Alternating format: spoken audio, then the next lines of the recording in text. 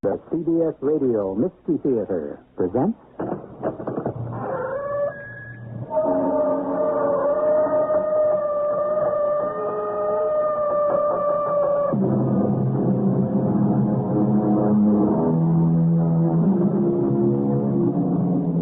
Come in. Welcome. I'm E.G. Marshall. The night has 1,000 eyes, said the poet. And see how they twinkle in the darkness. For they are but bright jewels that sparkle in the gloom. And they are not made for seeing, but only to light the traveler's way in the deep and eternal blackness, from whence all of us came, and to which all of us must return. Richard, the detective wanted to know if there was anything between me and Mr. Forrest. What could there possibly be between you, Lorna, and Mr. Forrest? I told him we were having an affair. Now, Lorna, that isn't true. You didn't even know Mr. Forrest. Why did you say a thing like that? Your reputation... Better for me to lose my reputation than to have you accused of murder.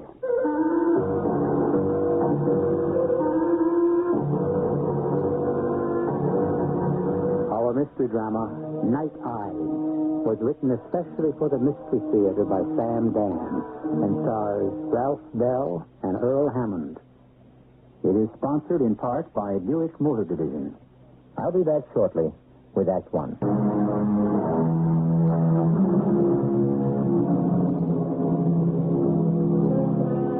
A horse! A horse! My kingdom for a horse! Thus cried King Richard III of England. Ah, yes. But his wasn't the first kingdom to be lost because of a horse. Nor would it be the last. You don't believe it? Visit any racetrack. This is a story about a horse. And it begins on a most fashionable street, in a most fashionable neighborhood.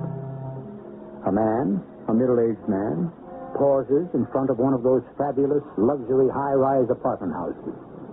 He's a big man, but there doesn't seem to be any substance to him. He's evidently the rack and ruin of what was once a magnificent physical specimen. His clothes are old and frayed, faded and threadbare. He stands for a moment, as if trying to remember something. What do you want? Who, me? Well, who'd you think I was talking to? The Prince of Wales? I want to see somebody. Now, who would an old bum like you want to see? Well, come on. Spit it out. Hey, what's the matter with you? Don't yell at me, please. Don't yell. Because I... All right, now, come on. What am I supposed to do, huh? Stand around here all day? No, you see, when people yell at me, I forget what I want to say. Okay, beat it, huh? Beat it. But I want to see Mr. Yeah?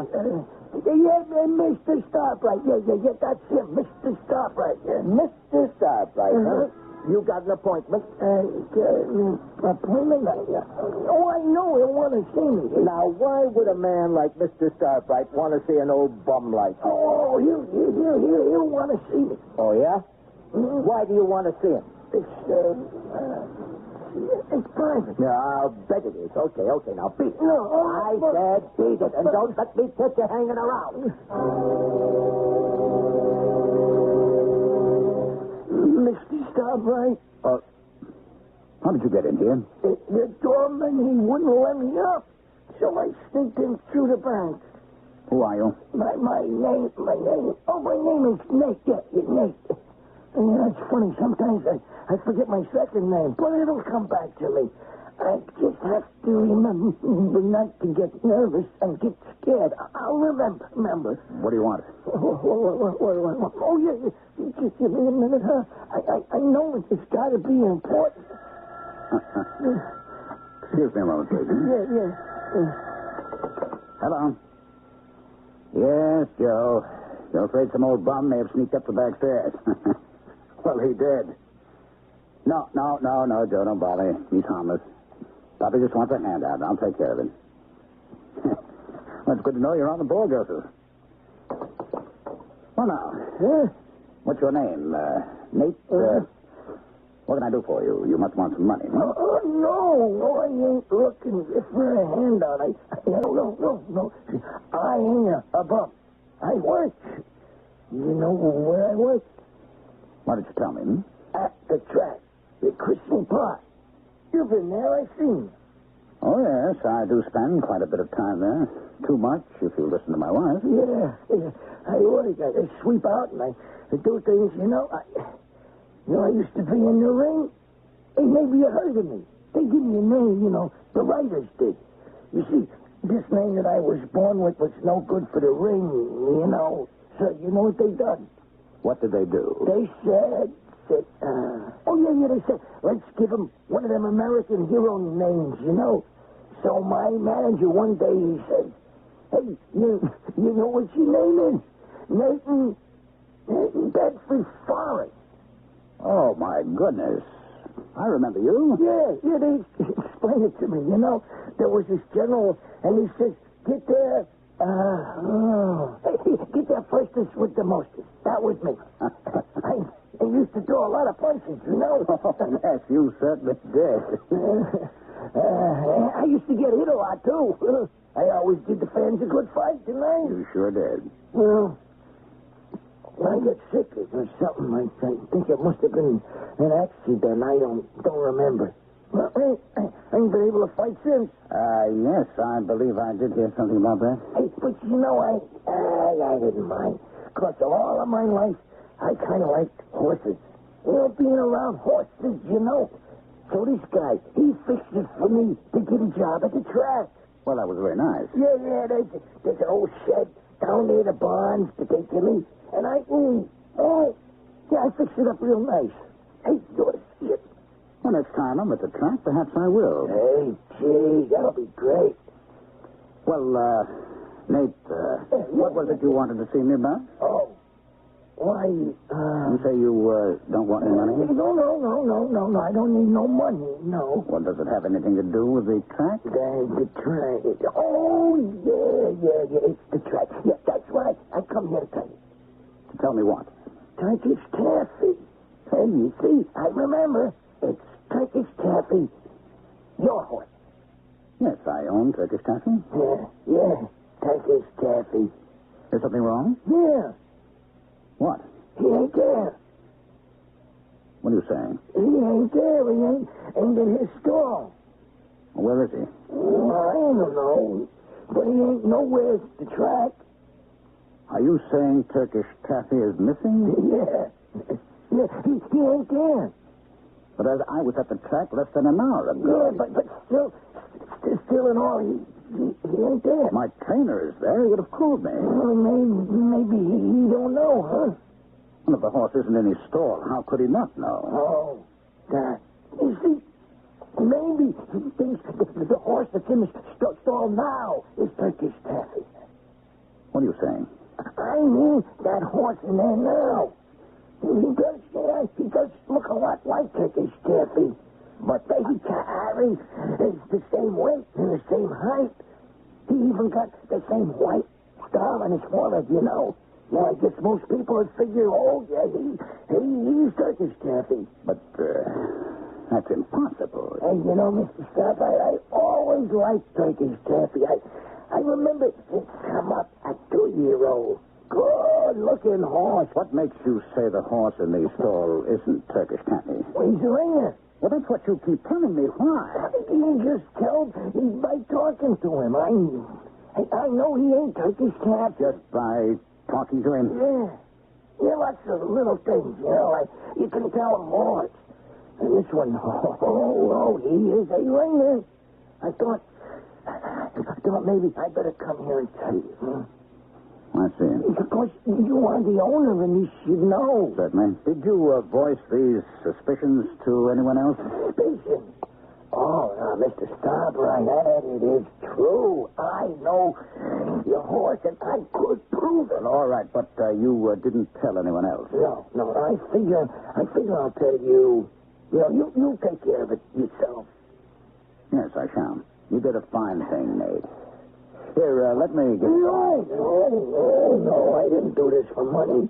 I mean, I want to do this for the honor of the profession, you know. Of course. Now, Nate, you are positive. Oh, yeah.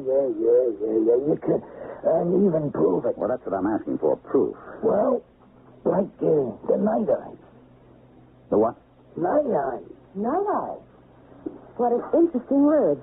Whatever does it mean? Oh, darling, may I present Mr. Forrest? How do you do, Mr. Forrest? I was just leaving. I got to get back to The track? Oh, yeah. That's right, the track. You know something, ma'am? Your husband, he remembers me. Hey, can you imagine? So just like him, he remembers me. Huh? Oh, I'm sure he would. I gave everybody a good fight now tonight. Oh, yes, you did, Nate. And I never lay down. No, sir, I never took a dive. Why, I should throw a fight once, you know. Oh? But I wouldn't do it.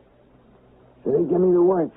Oh, I mean, they beat me up so I could never fight no more. How awful.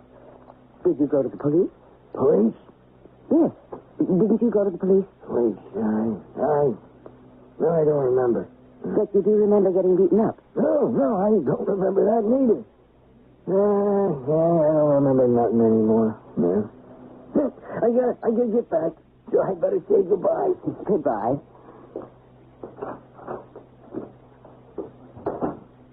Oh, that poor man. I suppose he was up here hoping you'd give him some money. Yes, I hope you gave it to him. I did. So that's what they call being punch drunk. Oh, poor fellow. He's massive scars and bruises. He's lucky to be alive. And yet, there's something magnificent about him. You look in his eyes and you see the true light of tragedy. Lorna, I know you had plans, but I have an errand to run. Oh, dear. I'm sorry. You can't come to the Martindales with me for cocktails. Well, perhaps I can meet you. Oh, Richard. Well, it came up suddenly, really. Oh, very well. I'll let you out of the Martindales party, but this means you owe me one. Which means you'll probably drag me to one of those concerts, eh? And the most ultra-modern music at that. All right. I'll cut this thing as short as I possibly can. Oh, what gentleman would transact business at 4 o'clock on a Sunday afternoon? A gentleman who's interested in making money.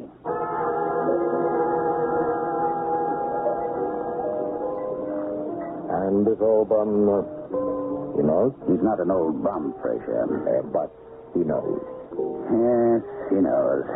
And that means we'll have to scratch Turkish Taffy or the horse that's impersonating him. Now, that was sound, impersonating a horse. Why not? There's a lot of money in it. Now, Frazier, listen to me. I have been listening. This, Nate, if he knows, isn't it possible other people might also know? Richard, you're becoming panicky. If a thing like this becomes known, I'll be disgraced for life. Not to mention criminal liability. Now, be calm, Richard. Be very calm. You have a horse. His name is Turkish Taffy. He couldn't run. Well, he could run if he was in the mood, but he was very seldom in the mood. You see? Now, look, Frazier, So he never wins. Therefore, every time he runs, the odds get heavier. His weight allowance gets lighter. I understand all that. No, not really. That's why I have to review it. So we have a horse that looks just like Turkish Taffy and can run 6 furlongs in 1 minute 11, which is good enough to win on Saturday, especially since he'll be carrying Turkish Taffy's weight allowance of 102 pounds. We have to call it off. We can't call it off. What do you mean we can't? It's out of our hands. I don't understand. It's my horse. You see, the betting arrangements have already been made. But this old-time fighter, he knows. Yes. Well, what? he'll be taken care of. He'll be taken care of. What does that mean? What does that mean, he'll be taken care of? Don't expect me to answer that question. After all, we want you to come back for Act 2, where you will receive further enlightenment, not only on the fates of all the people you have met so far, but also on their pastime, which is known for reasons that escape me as the sport of kings. The curtain will rise again in just a few moments.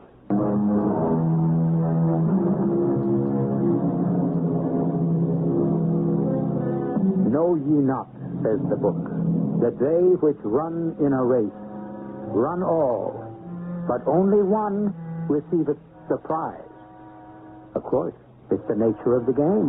There must be winners, and therefore it follows that there must also be losers. This concept is as old as mankind. But then a new ingredient was added. For the sake of convenience, let's call it insurance. What does that mean, Fraser? He'll be taken care of. It means what it says, Richard. He'll be taken care of. In what way?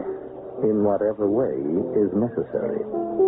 Now, look, Fraser. No, don't do that. Don't do what? Don't wrap yourself in a mantle of piety. I will not stand. You won't stand for anything that has to be done. You came to me. You said, Fraser, my horse has to win. I know all about that. No, you don't. Which is why we have to review it. Things are tight. You need cash. So I didn't think that... You didn't think what? When I suggested that we would be able to switch horses, you jumped at it. I didn't know. You didn't know what? That at the very least it was a fraud? But you were willing to commit that, weren't you? That's different. You know the old saying, in for a penny, in for a pound? I think I know where this is going, and I don't like it. Well, may not have to go that far. Well, you see, you just said it. All I did was mention an extreme possibility. It's my horse. That is in the eyes of the world. And I am withdrawing him from the race. I don't think you'll be able to do that, Richard. This thing has acquired a life of its own. You started to win a sizable purse, not to mention a few $100,000 at best. But that is chicken feed. Coffee and cake, as they say. I am telling you what I intend to do. People you don't know, and believe me, Richard, you don't want to know them, are going to make millions. They will not permit you to... Are you threatening me? I don't have to. Do you know why? Because you have no intention of scratching Turkish Taffy. I don't think you understand. I understand that you are in a financial bind, Richard. Ah, damn it. That woman spends money as if I had a printing press that just turns it out. It is out of our hands, Richard. You're the owner, I'm the trainer. We had to call in some other people. You had to call in other people? Only because you told me what had to be done. But I didn't know that someone might have to get hurt. And if you did, Richard, would that have stopped you? Don't answer that question too quickly.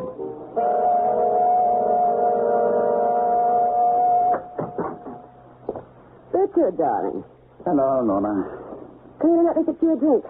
And, congratulations. Oh, so you heard. Yes, it was on the radio. Yes, Turkish Taffy finally came through. Was it a nice purse? Very nice. Well, then the next time I ask you for a contribution... My darling, have I ever turned you down? No, but lately you have scowled a bit. Richard, that man who works for you... Which man who works for me? The one who was here the other day. Who? Oh, you know, the badly battered one. What's his name again? Forrest? Yes, Mr. Forrest. Nate Forrest. He doesn't work for me. What made you think that... Well, he said he worked at the track, and he came up to see you, so naturally I thought... No, dear. You see, he's just an old bum. Richard. There's no way to describe Mr. Forrest. Oh, yes, of course you're right. I'm sorry. Why do you ask? Can anything be done for him? What do you mean? He's a man who needs help. Well... More, he's a man who deserves help. I want to help. My dear, there's nothing you can do. Oh, no, don't say that. But I must. Nothing can be done for a man like him, medically. And he supports himself. He's happy, and... darling, I can only tell you that you're better off keeping away from the Nate Forests of this world. Oh, really? Why? Because in the end, they have to break your heart.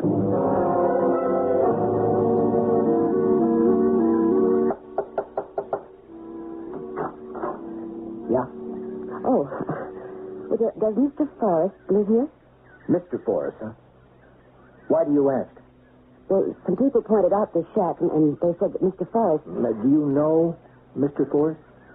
Well, I met him once. You've met him once. But does he live here? Because if he doesn't, Well, why do you want to see him? Well, I don't want to sound abrupt or even rude, but I can't see where that would be anyone's business. Anyone's business? Maybe not. Mine? I'm afraid yes. I'm a police officer. An officer? Yes, my name is Kahn, Detective Lieutenant Kahn. Homicide. Homicide? We, may be jumping the gun a little there, but he's not expected to live. Mr. Forrest? That's right. But what's wrong? We don't know. Nobody had seen him around for the past couple of days. So today, somebody came over to his shack, and there he was. What happened? He was beaten up. I guess he was left for dead. No. Yeah. He really got worked open. But why? Why? Oh, who knows? It happens all the time. What happens all the time? These wild, crazy, insane things. No rhyme, no reason. Just mindless violence. What's your name? Is that important? And why'd you want to see him? Why? Yeah. Why? Look, Okay. Go on home. I won't ask you any more questions. I don't understand what you're saying. Look, lady, this is the racetrack. I know it's early in the morning, but you can never tell. There could be reporters around. Now, you don't want to get your name in the paper, do you? Maybe even your picture?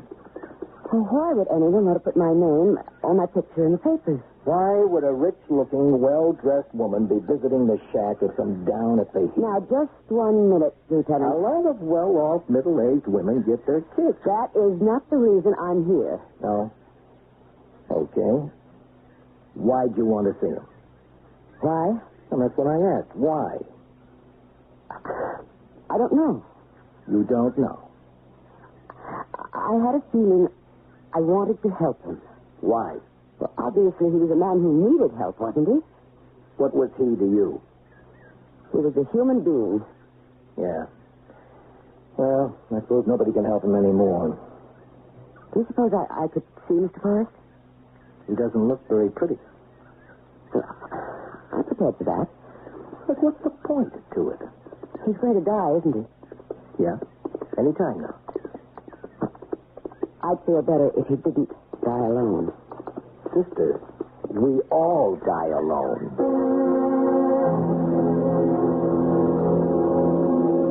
Nurse says it's okay to go in. Is he still... Yeah, but not for long. I told you you wouldn't look pretty. Oh, why? Why would anyone want to do this to him? Night. Trying to say something. Night. Mr. Forrest? Mr. Forrest, it's Mrs. Starbright. Night. I want to help you. I didn't. Is there anything Mrs. Starbright, why do you want to do this to yourself? Eyes? Night. What is he saying? What does it matter? They look, eyes. Eyes. Is that what he's saying? Eyes? Night. Tonight? What about tonight? Night. Eyes. What does that mean? What does what mean? Eyes. Night eyes. Oh, poor guy. He's just out of his head. No, it seems to make sense. What seems to make sense? I don't know, but... I always give a good fight, huh? I never did nothing crooked. Well, still, listen. Yes. Listen. I'm listening, Mr. Forrest. I'm listening. Good. Just look at the eyes tonight. Eyes. Mr. Forrest. Oh. Yeah, I guess that's it. He's dead. Look, you better go now. What did he mean by that eyes at night? Well, he was kind of delirious, you know. No. He may have been out of his head, but that word he was trying to tell us. What word? That word, night eyes. I've heard that before.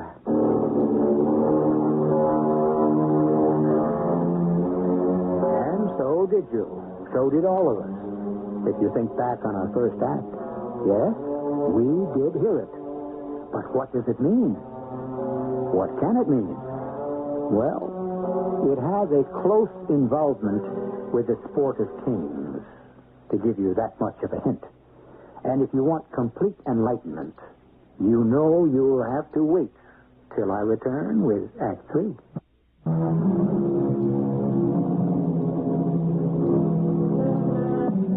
We do not do what we ought. What we ought, we do not do. And we lean upon the thought that chance will see us through. Chance, fate, happenstance, luck, the random fall of events. No matter how securely the castle is built, the unforeseen, the unexpected, can make it collapse as if it were a house of cards. Darling, what are you thinking about? I'm trying to recall something. Oh, yes, what? Would you know of any poem or saying or anything that would combine the words eyes and the night? Well, the first thing that occurs to me, that thing, the night has 1,000 eyes. No, that doesn't make sense. Neither does the eyes of night, or I see the night in your eyes, my beloved. What's all this about? You know that Mr. Forrest is dead. He's dead? I didn't see it in the paper. I didn't see it in the paper either. Well, then, how did you know? I went to the track today. You did? To look for him. To look for Nate Forrest? Yes. Was that wise?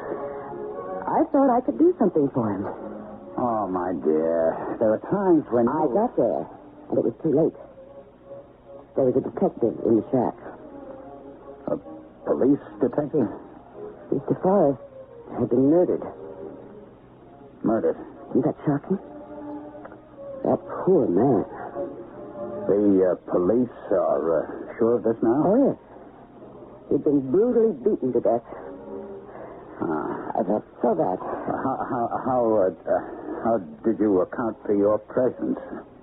Well, this was so tragic, it might even be funny. I'm sure that detective actually believed.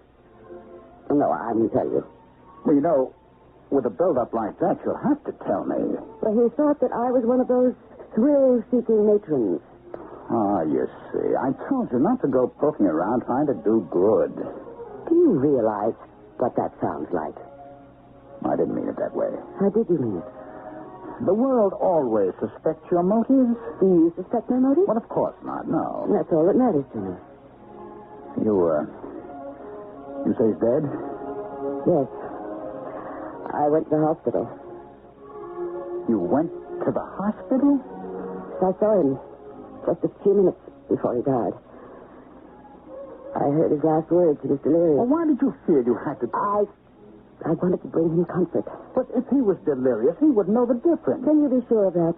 My dear, there are times when I wish you... There are times when you wish I... What? Are these activities of yours, really? And do you know how much they cost?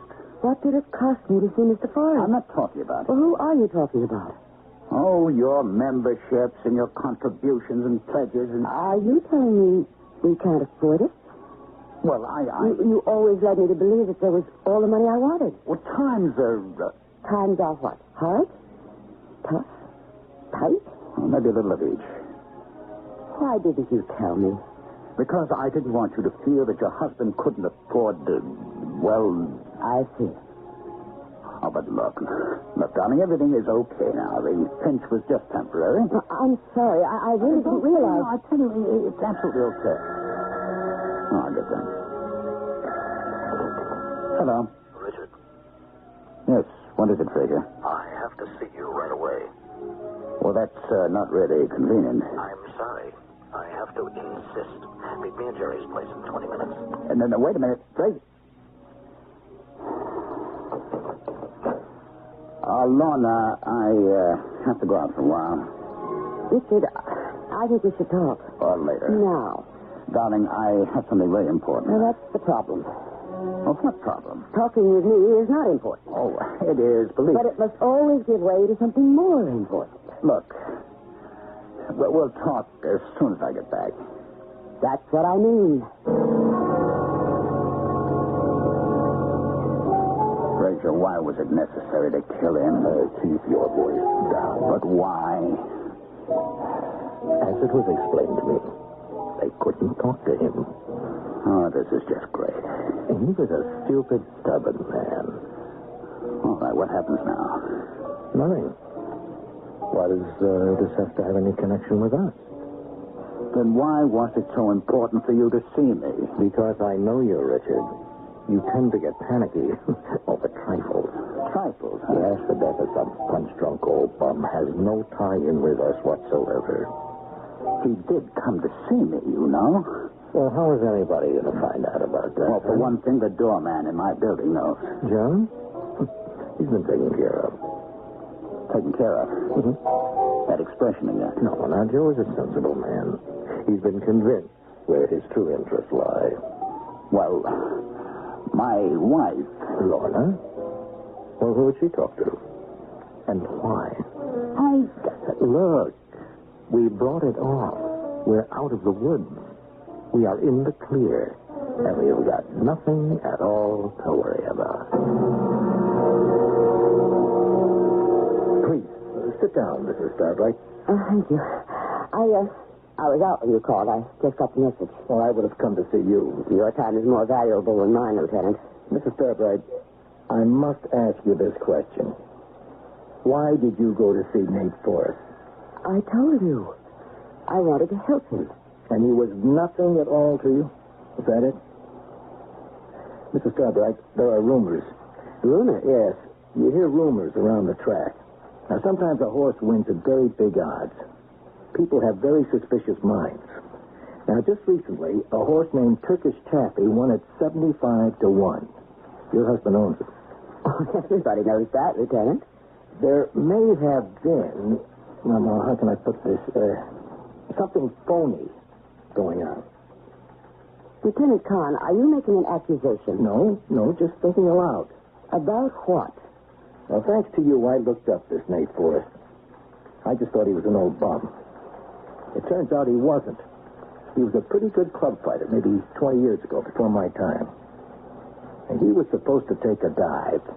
Take a dive? Yeah, throw the fight. Let the other guy win. He said no.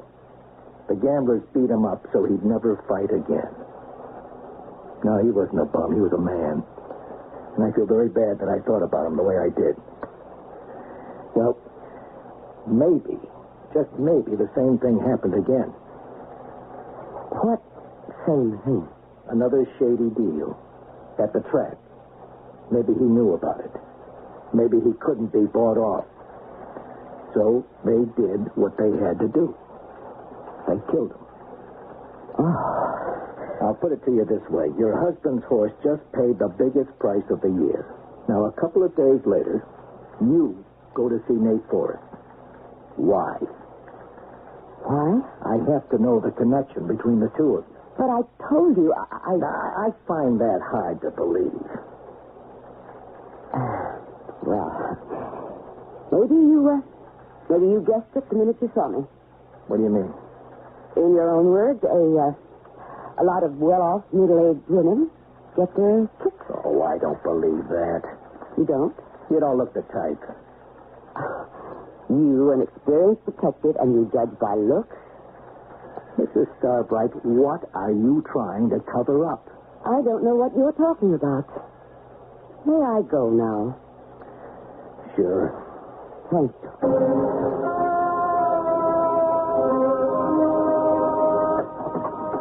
Lorna, is that you? Yes. Where were you? Where? I was to the end of the earth and back. I don't know what that means, so I'll skip it. I don't know what it means either. I hurried back so we could have our talk. Did you? But you weren't home. Yes, I know. I was at the police station. The police station? The detective wanted to see me. About what? He wanted to know why I wanted to see Mr. Forrest. You see, dear, how you can get into all kinds You know what I told him? I as much as told him that I went to see Mr. Forrest because I was having an affair with him. What did you say? I think you heard me. No, the police are not to be trifled with. You know, sometimes your sense You of humor... see, something very suspicious happened there recently. A horse named Turkish Taffy won an unexpected victory, paid fantastic odds. Alona, I still don't... Lieutenant Kahn thinks there's a connection between Turkish Taffy's victory and Mr. Forrest's murder. But why on earth... So to push suspicion away from you, I decided to tell the lieutenant that it was a tawdry little affair. What made you fear this? Mr. Forrest was murdered because he knew something. Do you know what he knew? He knew that horse was supposed to be Turkish Taffy really wasn't Turkish Taffy. Lorna... He's what's known as a ringer. You see, when Mr. Forrest was here to see you, he didn't come for money, did he? No. So he must have come here to tell you about the switch in horse. He did, didn't he? Yes. He said something about night eyes. I didn't know what they were. Before I could ask, he left. Then as he lay dying, he tried to say that word again. Night eyes.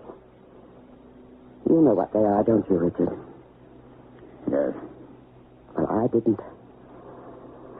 And I spent a long time trying to find out. Finally, I decided it had to do with horse racing slang. So I asked some likely-looking people at the track. And I found out. Lorna... You don't have to say anything, Richard. Night eyes. Those are the special growths that a horse has behind his knees. No two horses have the same kind. And that can help identify it. Lorna, And that's... Well, that's the way it was with Nate. He knew. After I learned that, I was called down to the police station. And you let that cop believe that you were having an affair with Nate? I had to get his mind off you. And any connection that you might have had with Mr. Forrest's death. Why did you do this, Lorna? Why did you do it? I didn't know they would kill him. I swear. You did it because you were pressed for money. You being Richard Starbright III have to keep up appearances. And I had to keep up appearances, too.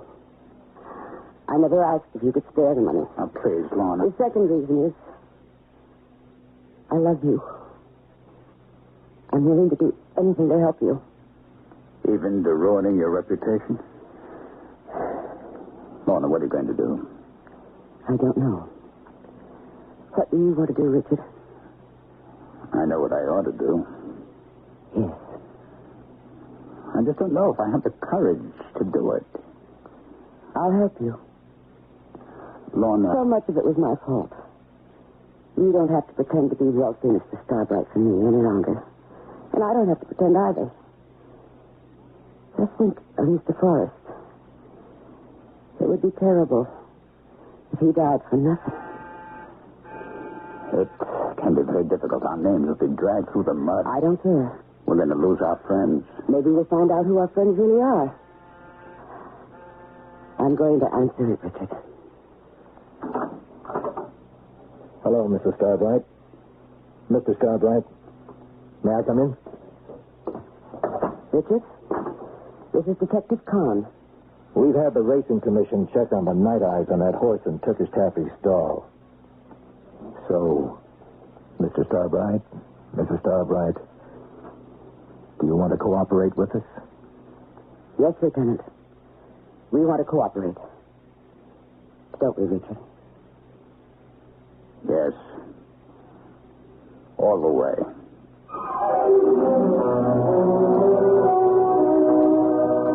And they did. And the truth came out. And it was a scandal. But we seem to have a tolerance for these things. It caused some caustic comments in the media, And loud voices were raised for investigation and reform, but these affairs are usually like sandstorms in the desert. They blow themselves out and are gone. I'll only be gone for just a few moments.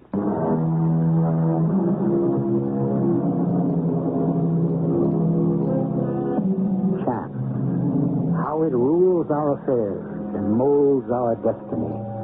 If Lorna Starbright had stayed 10 minutes longer at the committee meeting for some good charity or other, she would have never encountered poor Nate Forrest, and never set a chain of suspicions rolling in Detective Lieutenant Kahn's mind that ultimately led to one of the biggest scandals in racing history. Chance. Don't you leave anything to chance. Our cast included Ralph Bell, Earl Hammond, Joan Lovejoy, and Sam Gray. The entire production was under the direction of Hyman Brown. This is E.G. Marshall inviting you to return to our Mystery Theater for another adventure in the macabre. Until next time, pleasant dreams.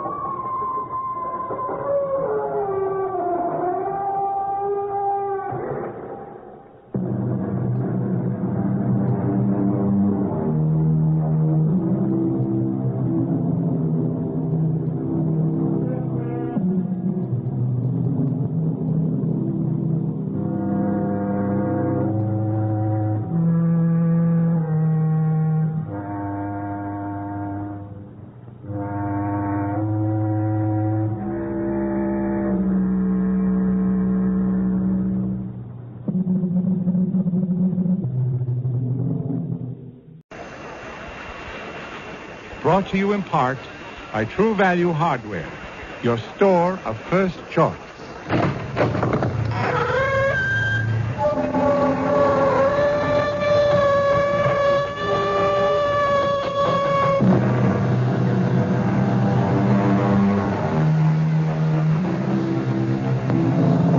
Come in. Welcome. I'm E.G. Marshall. Welcome to the world of your own terrifying imagination. There are people who suddenly find themselves tortured and taunted by a fragile wisp of a memory. It's the memory of something they may have said or something they think they did. Exactly what it was has been long forgotten. But now it must be paid for. And the price? Life itself.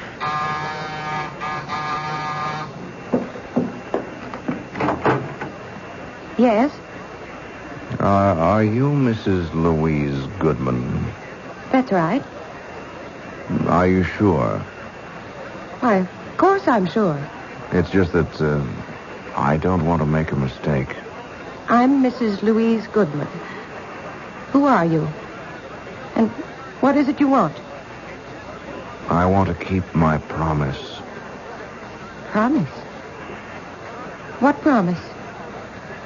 I promised I'd kill you. Remember?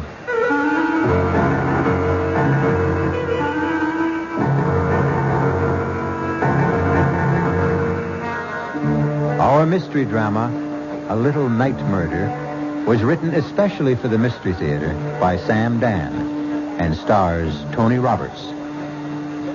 I'll be back shortly with Act One.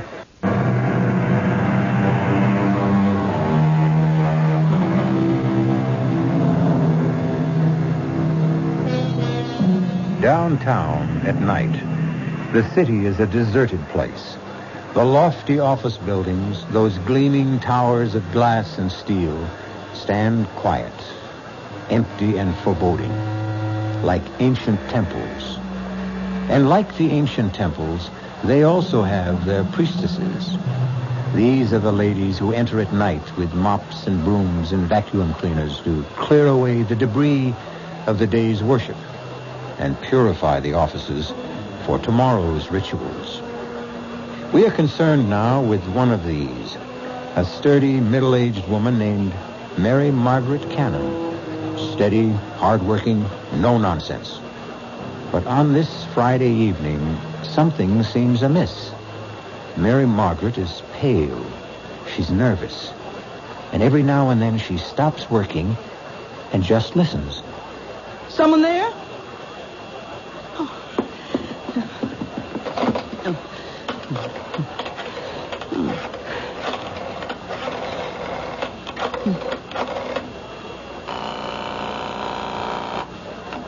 Hello? Terry, I'm scared.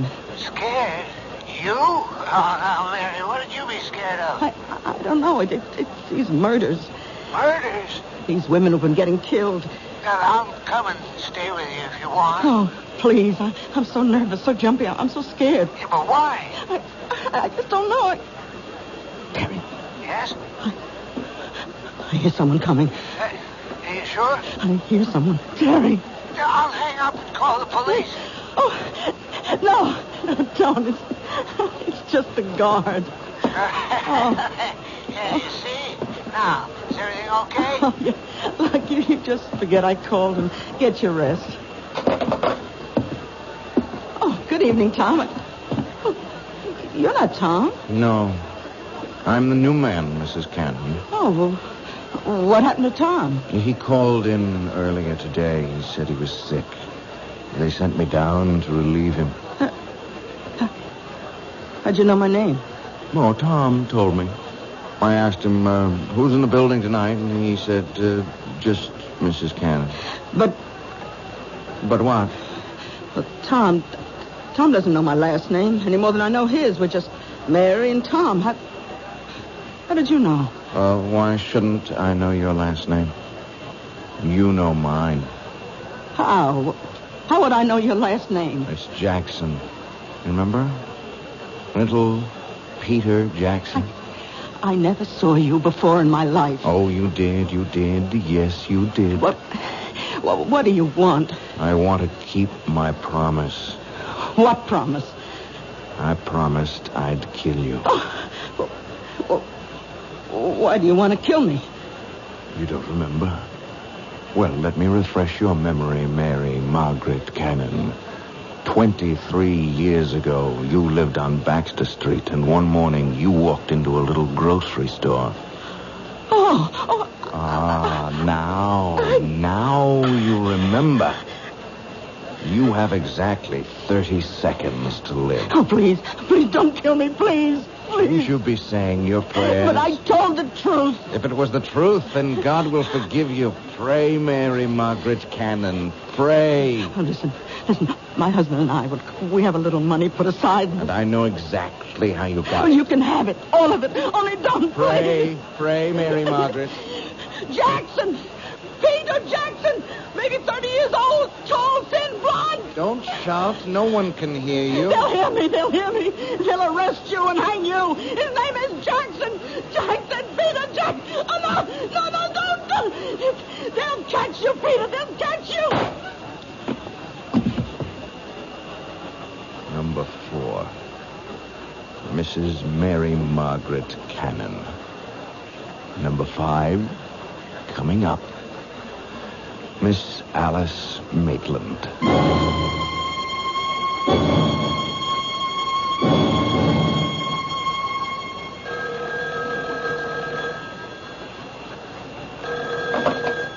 Captain Blake.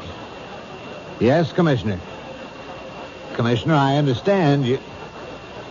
Listen, if you think somebody else can run it better, then get somebody else. I agree, sir. Yes, sir. No need for any of us to blow his stack. Absolutely, sir. Yes, I'll keep you informed. Wow, you got a pretty good one here. Is this your first mad killer assignment, Lou? Yeah, I guess so, Captain. Mad killers, mad bombers, mad stranglers, you name it. You get one every 10, 15 years. You can count on it. You get a rash of absolutely senseless killings. No motive, no rhyme, no reason. Should we talk to her husband again? What for? All he's going to tell us is what a great lady she was and how neither of them ever had any enemies. Captain Blake, just suppose it isn't a mad killer. 4 murders in 11 days.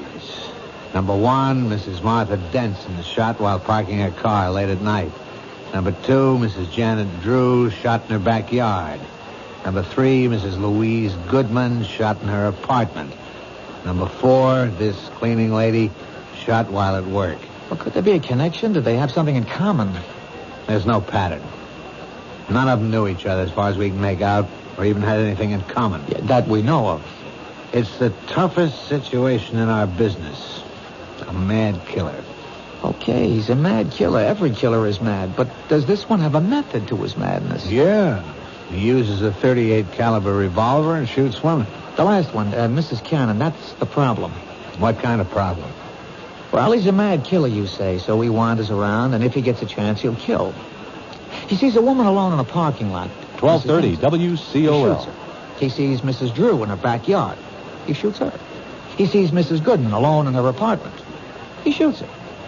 Okay, how do you account for Mrs. Cannon? You're dealing with a madman, Lou. You can't account for anything he does. All right, 3 women are targets of opportunity. They happened along, or he happened along, and that was it. But he went out of his way to kill Mrs. Cannon.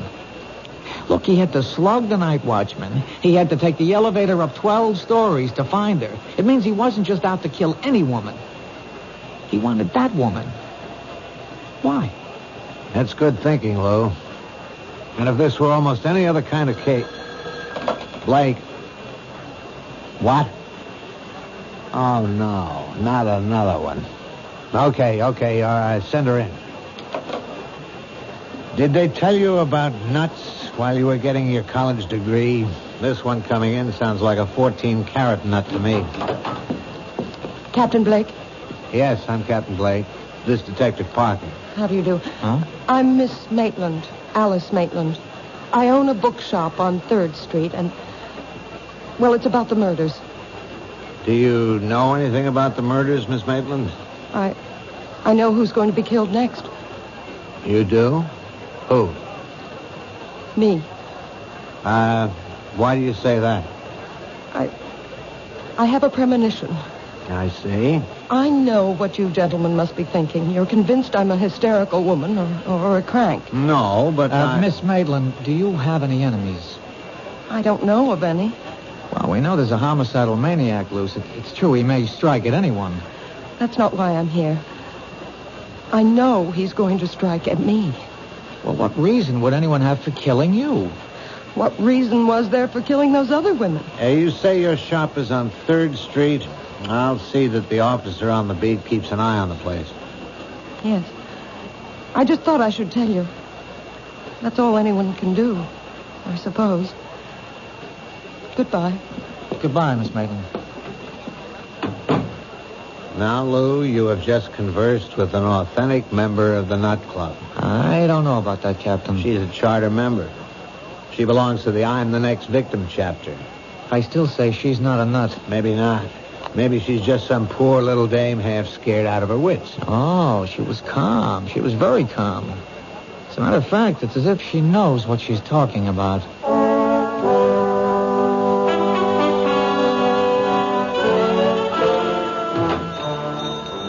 May I help you? Oh. Hello. Remember me? Yes. You're one of the detectives I spoke with. Yeah, Lou Parker. Tell me why you came to police headquarters with a story that, well, rationally, it doesn't make sense. You said as much yourself. You felt that you had made yourself seem somewhat ridiculous. But now, well, forget all that. I'm willing to assume that your story is true, that you really are next on the list. Then you do believe me? I'm willing to accept what you say, but you have to help me.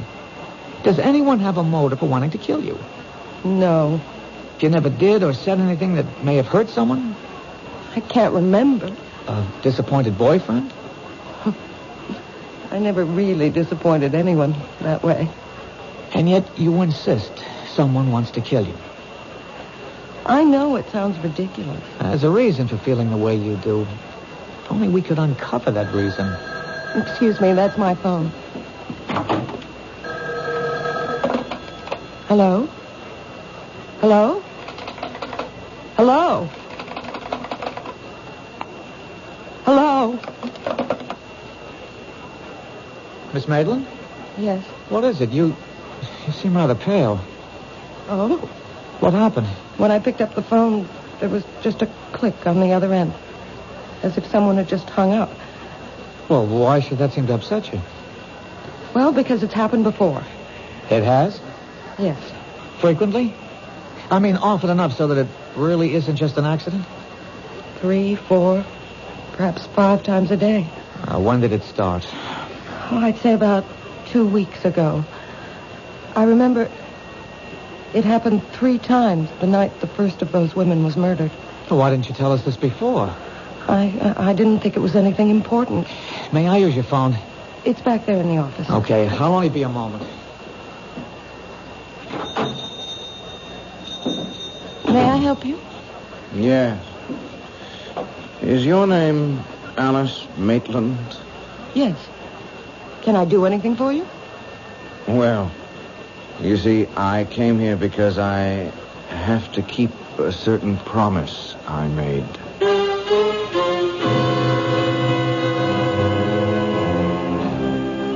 Say what you will about this young man. He has at least one redeeming feature.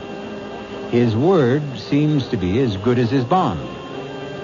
But will he be able to keep this particular promise?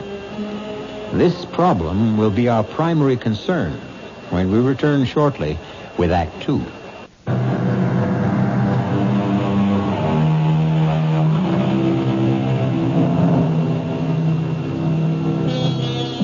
At one time, a young man named Peter Jackson has made the same promise to several women. A promise that he would kill them. So far, he has kept his promise 4 times. Now, he is in a bookshop owned by a Miss Maitland, apparently ready to fulfill promise number 5. I came here because I have to keep a certain promise I made. You made a promise? Oh, yes. And I came here to keep my word. Miss Maitland, I think we're... Oh, I'm sorry. I didn't know you had a customer. What sort of promise are you talking about? I had promised a special person I would buy her a book. And I came in here to... Any particular type of book? Yeah. Yes, a good murder mystery. Oh, well, we have the latest Jonathan Merriweather novel. No, I don't dig him. Nothing happens. You got anything by Mike Stilson? Now, there's a guy who really writes murders. I mean, he kills somebody every other page. Oh, we're sold out on the latest. It's called Blood on the Street. Yeah, that's the one in which this guy kills all those dames. Look, if you're interested in that kind of stuff, all you have to do is read the newspapers. Do I tell you what to read, buddy? Sorry. I could order the book and have it day after tomorrow. Oh, no. That'll be too late.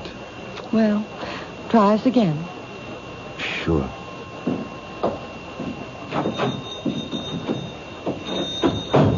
Well, there's a guy with gruesome tastes. Well, takes all kinds.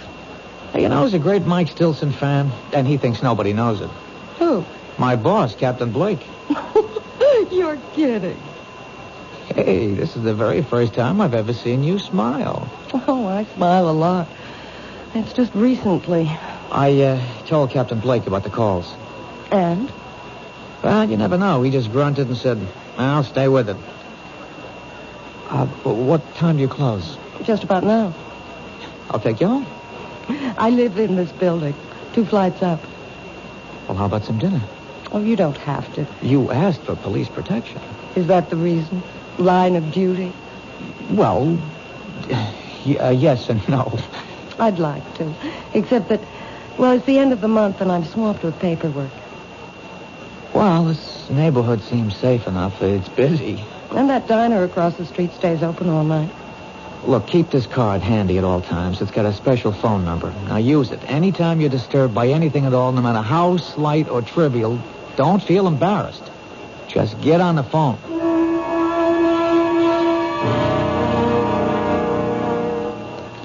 But I've already told the officers everything. Yeah, I know, Mr. Cannon, but I just have one more question. It's very important. What could be important? Mary's dead. You said that Mrs. Cannon had no enemies. I'll take that back. She had a great many enemies. But when we asked you last night, you said she had none. Sometimes when you think about a question, you see it in a whole new light. Can you name some of these enemies? She was good. She was honest. I'm sure she was, but just tell me this. During the past 10 days or so, would the phone ring and then go dead as soon as you picked it up? Yeah, now that you mention it, yeah, it happened. Often? At least 2, 3, maybe 4 times a day. I see. Is the name Alice Maitland familiar? Alice Maitland. Think. Alice Maitland. You know, there is something familiar about it. The Alice Maitland. Think of the type person with whom you could associate that name. Now, would she be a movie star, a librarian, a teacher, a woman who might own a bookstore? No, none of those. I think of a little girl. A little girl named Alice Maitland. Did she live in the neighborhood? You know, these past couple of years, my memory, it just comes and goes. Right now, it's gone. Well, if ever you remember why and how you know Alice Maitland, call the number on this card.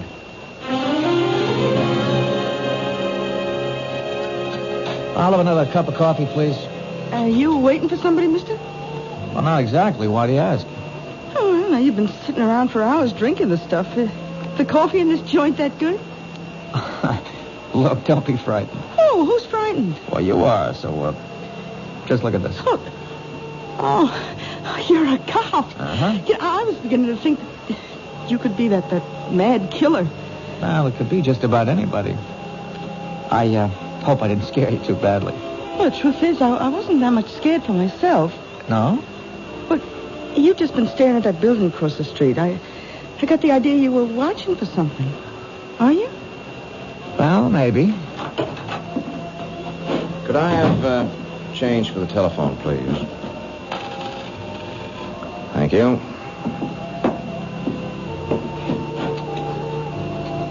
Now, where have I seen him before? What did you say?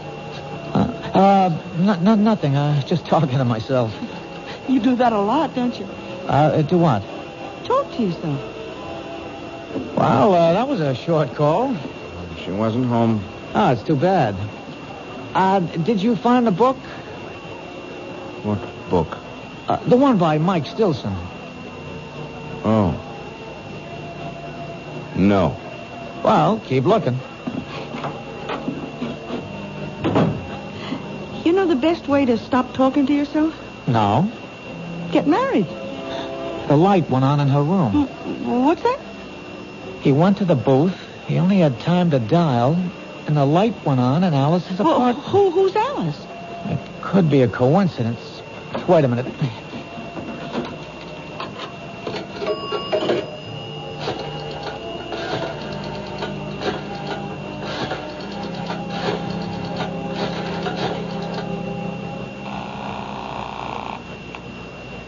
Hello? Alice, it's Lou Parker. Did I wake you? No. I'm up. Did your phone ring just a minute ago? Did it ring? Well, I don't know. What do you mean you don't know?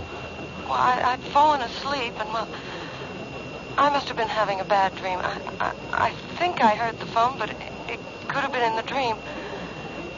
Anyhow, I did wake up suddenly, and I turned on the light, but I didn't hear the phone ringing anymore. Could it have been the ringing of the phone that woke you? I don't know. Did I hear it ring, or did I dream it was ringing? Why do you ask? I'm just checking.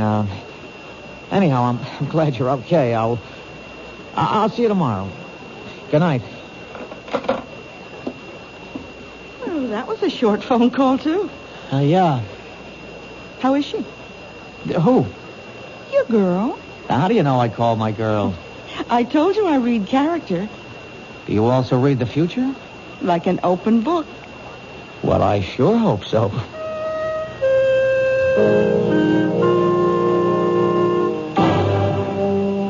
Captain, we got ourselves the killer. Oh, how can you be sure of your guy? I saw him in the bookshop. Does that make him a suspect? Maybe he likes to read. Then again in the diner. He may have been hungry. He didn't eat. He just went into the phone booth. He didn't even make a call. He was in there just long enough to let the number ring, and then he was out. So? So the light went on in Alice's, Miss Maitland's apartment. You mean he called her and hung up? Well, Well, what? she isn't sure. How can she not be sure? The phone rang or it didn't? It isn't that simple. You see, she was asleep and she can't be sure. If it was the ringing of the phone that woke her up, or if the ringing of the phone was part of her dream. Good luck. Look, Captain Blake, there's something about this guy. He's young, about 30-ish, thin, blonde, a very hard line to his mouth. Lo, I think you better report in for general duty. This case is getting to you. Well, Captain, please. It's no reflection. It's even to your credit. It shows you care about people. Captain, let me have one more day. All right, Lou. 24 hours.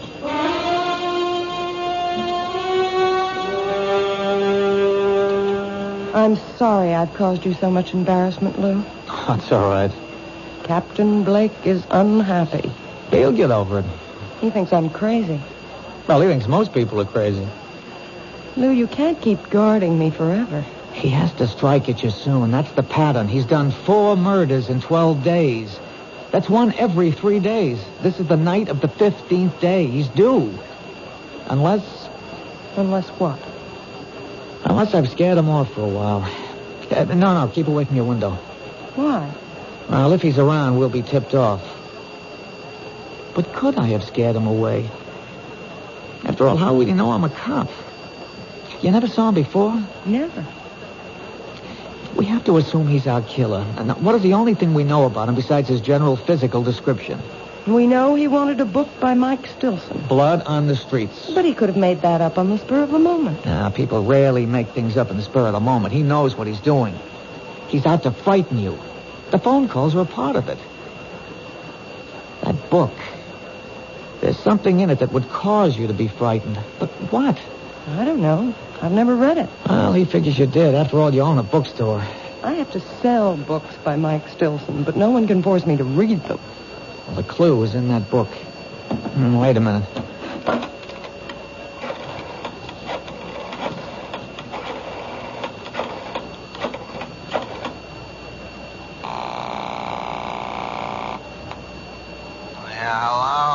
Captain Blake, it's Lou Parker. Do you know it's 2 a.m? Yes, sir, but I'm calling in the line of duty. You live dangerously, Lou. What is it? Captain, you've read all the books by Mike Stilson. What? Don't deny it, sir. It's a known fact throughout the department. You mean you woke me up at 2 a.m. just to ask? Line of duty, sir. If I read those books, it's only because I get a good laugh at how unrealistic they are. Captain, what's the story of Blood on the Streets? Lou, I hope your patrolman's uniform still fits. I'll be able to prove this is the line of duty.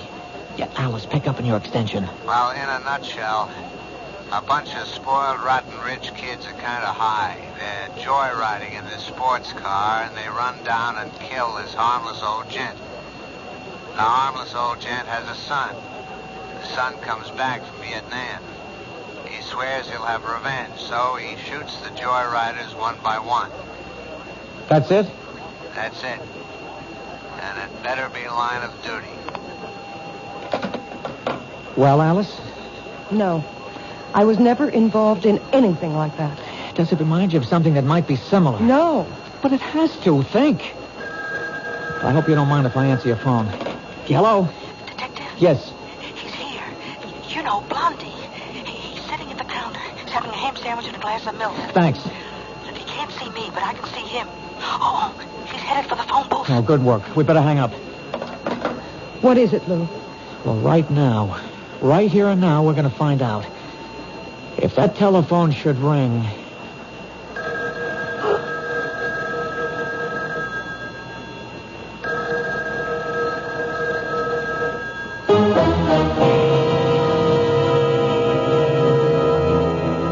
Whatever his faults, and we have already witnessed a rather grievous one, at least young Peter Jackson is something of a sportsman. In his own way, he warns his intended victims. He even tries to give them clues. This time, has he given one too many? We'll be back shortly with Act 3.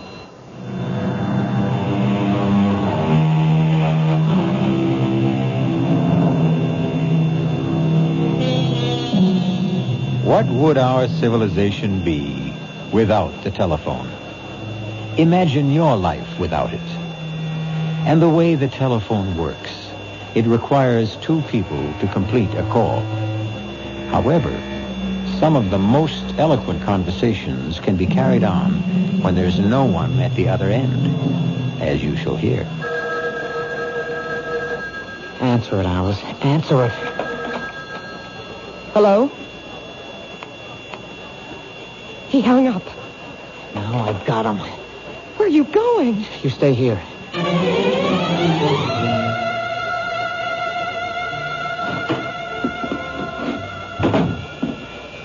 Hi, Detective. Where is he? Blondie? Well, I told you he went into the phone booth. He didn't stay in there more than a couple of seconds, and then he ran out of here. Did you see which way he went? He didn't even pay his check. Which way did he go? Look, you got nothing to worry about. You'll get him. What are you saying? He ran into a cab that's usually parked outside. All right, could you describe I don't have to describe. I know. Look, all I want is... I know the cab driver. He's a school teacher for days, and he moonlights. His name is Vic Wilson. Does he have a radio? They all have radios. How could he make a living? What's the company? Oh, what a great witness I make. Jefferson. You even got the number on a card in the phone booth. Blondie's in for it, huh?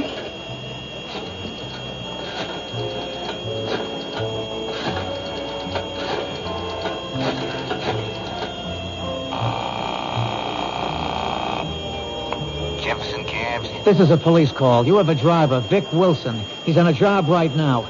The minute he checks in, have him report back to the diner at 3rd Street, to Detective Parker.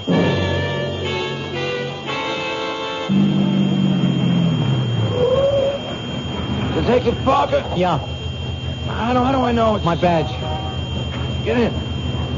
Can't be too careful of that maniac running around loose. Where'd you take your last fare? 790 Crest. Oh, what is it? It's an apartment building. How big? 6 family, I'd say. Attached? No, it's all by itself. There's an empty lot on either side. They're renovating the neighborhood. It's about time. He lives there, huh? Yeah, I've been taking him there for the last couple of days. He comes out of the diner, he gets into the camp, that's where he goes. That's good enough. Is he a bad boy? Well, you wouldn't give him a star for good conduct, teacher. Throw on the searchlight, Haggerty, and hand me that bullhorn. We know who you are, and we know you're in there. We'll give you exactly 60 seconds to come out. Walk out the front door with your hands in the air. Keep behind the car, Lou. A nut like this one might want to take some people with him. You've had your minute. Come out, or we'll come in. All right, let's get in there fast. Open up, police. All right, stand to the side of the door, Lou. Cover me.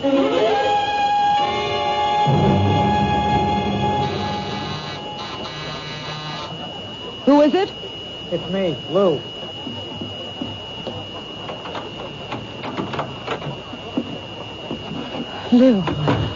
Lou, what happened? Well, You didn't get him. no, we didn't get him. Maybe it was the wrong house. No, the cab driver insists that's where he's been taking him. Then what happened? Oh, he's smart. He has himself dropped off at a false certain address in case he's being tailed, and then he sneaks out. Makes sense. Of course, Captain Blake doesn't believe a word of it. But, Lou... Oh, come on. 6 families live in that house. 6 ordinary, law-abiding families, and we rouse them at 5 in the morning and search the place. How angry is Captain Blake? Well, if he ever gets over it, I may wind up working nights in charge of the property office. Otherwise, I'm pounding a beat down along the docks. It's my fault. No. How do I really know I'm in danger?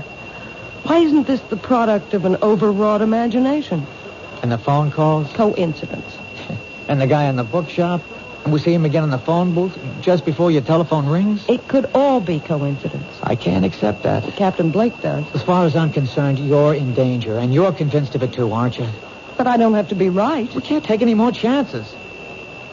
Now, I'm going to stay here with you for another hour.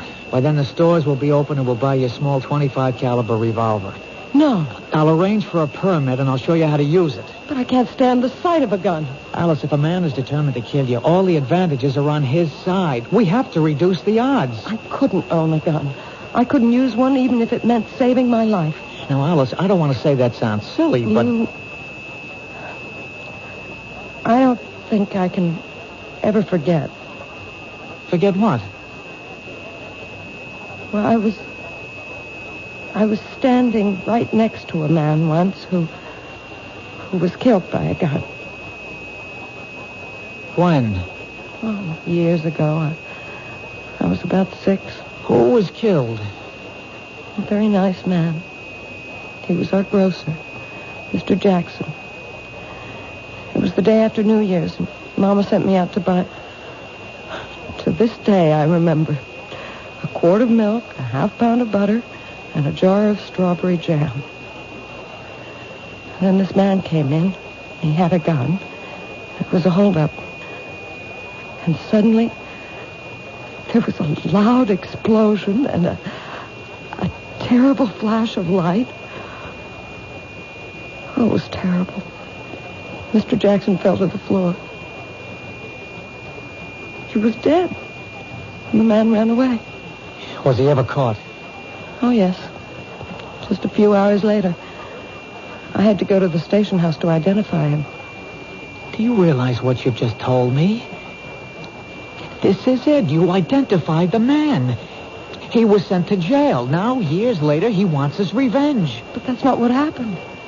No? Well, you see, I was so frightened. I wasn't sure. I really couldn't identify him. And he went free. So why would he want to kill me now? Then that gets us nowhere either. The others couldn't identify him either. The others? Yes. There were other people, but no one was sure of him. Now, if you had identified him and sent him to prison, it'd make sense to suppose he'd want revenge, but you didn't. Now, whoever and wherever he is today, he's happy. But the fact that you failed to identify him could have made someone else unhappy. What do you mean? Oh, the book, Blood on the Streets. It's about a man who killed people who did his father an injury. Did this grocer have a son? I think so. I think a little boy used to play in the store. But it's so long ago. Who could that be? I'll take it. Hello? Mr. Parker, it's Terry Cannon. Remember me? Yes, Mr. Cannon. They said I could reach you at this number. Anyhow, it came to me. What came to you? Well, I was trying to puzzle out why the name Alice Maitland was so familiar. Well, sir, about 23 years ago, Mary Margaret was in a grocery store, and a man was killed in a holdup. I took her down to the station house to identify the gunman. And could she? Well, no, sir, she really couldn't be sure. Anyhow, another one of the witnesses was a little girl. Her name was Alice Maitland. And I remember her because she was the most terrified little thing I'd ever seen in my life. Thank you. Thank you, Mr. Cannon. I've got you. Finally, I've got you all tied together. Who? You and those women who were killed all come together in a little grocery store some 23 years ago. Finally, now we know who we're looking for. I'd like to see the look on Captain Blake's face when I tell him You won't this. live to see that look, friend. Lou! I know you got a gun in the shoulder holster. Just lay the phone down. Slow. Easy. Now, raise the hand. Slow. Easy. That's fine. Just keep him there. I guess your name is Jackson. Peter Jackson, Jr. You figured it out. So I figured I'd have to come back and get both of you. Hands stay up. It's too late, Peter. We know about you. Yeah, you know about me, but the other cops don't. See, I was in the house across the street when you staged the raid. I thought I'd die laughing. I learned never to get dropped off where I live. That way you don't get surprised. You won't get away with it. Oh, I'll get away with it. She's the last one. I'm sorry about you, but I'll walk out of here. And who'll know it was me? But why her? She was just a kid. She lied. But I didn't know. I really didn't know. Yeah, that's what they all said, but they were lying. They were bought off. All of you were bought off. Come on, Peter, talk sense. My father is murdered, and the law lets a killer go free, and you want me to talk sense? Does it make sense that 5 people who were standing right there couldn't recognize him? But I couldn't be sure. I really couldn't be sure. My father, he never hurt a soul in his life. If a hungry person didn't have a penny in his pocket, he could still walk out of that store with a loaf of bread or a bottle of milk. If your father was that kind of man, what would he think of you, killing innocent people? My father believed in justice. But you knew who the killer was. Why didn't you go after him? Yeah, I did, but I was cheated. I spent years on his trail, and when I finally caught up with him, he was in his grave. Well, my father wasn't going to be cheated out of everything. If I couldn't have the killer, at least I could get the people who helped him. Let me explain something. No, you don't want to explain anything. You want to stall. You want a chance to go for your gun. Well, you won't get it. See, I'll kill you first, and then her. There's such a thing in this world as justice. If the law won't give it to you, then you make your own. And that's why you're doing this? For justice? That's right. That's wrong. You're doing it because you love to kill. That's a lie. Ah, it's the truth. Look at yourself. Look at how you're enjoying this. I'm doing what has to be done. You killed those 4 women and you enjoyed it. You have 30 seconds to live. Say your prayers. How long do you think you have to live? You're going to keep killing and you'll be caught. You can't stop. I hate killing. Come on, you love to see people under the gun, how they squirm and sweat. You're eating this up. Look at your face in that mirror. Look at that grin. Like a wolf. See how flushed and excited you are. Look at yourself. Look. I'm gonna break your arm. Drop it.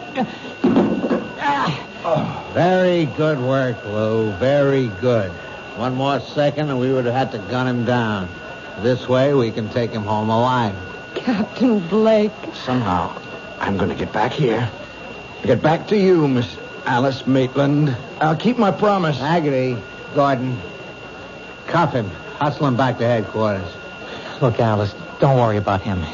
You all right, Miss Maitland? Yes, I think so. You shouldn't be. It was a rough experience. Why did you come back, Captain? Well, I guess we both solved it, Lou. You broke it by pure and simple brain work. I waited for a miracle. Oh, did you get it? Yeah, I got it. I got it because of this little machine. Mary Cannon was killed in an office. She managed somehow to throw the switch on a dictating machine.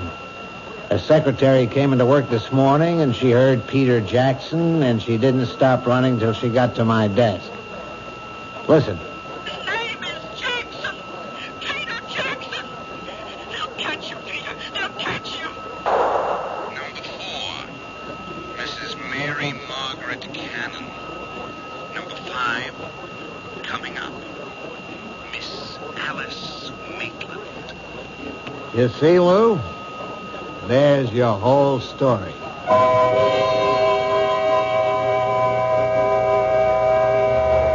Of course, that isn't our whole story. For instance, you might want to know what happened to Peter Jackson. He's in a hospital for the criminally insane. For his sterling leadership in cracking the case, Captain Blake will probably become the next chief of police. Detective Parker will probably become Detective Sergeant Parker. And Miss Alice Maitland will probably become Mrs. Lou Parker. So you see, sometimes we can give you a happy ending. I'll be back shortly.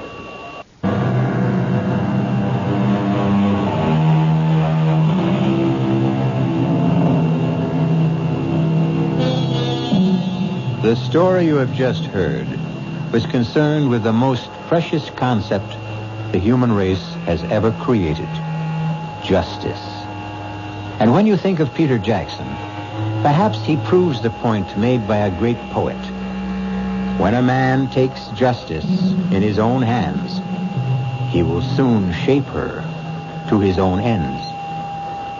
Our cast included Tony Roberts, Susan Grossman, Jack Grimes, Bryna Rayburn, and Robert Dryden.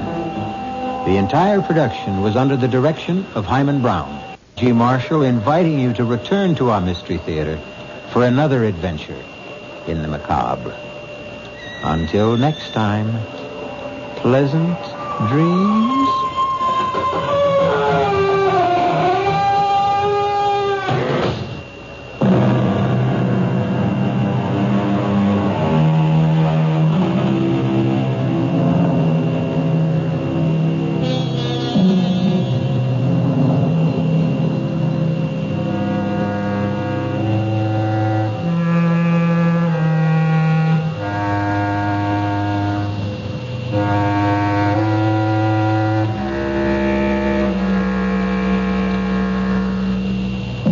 Central Ohio's favorite music is on 1230 WCOL Columbus.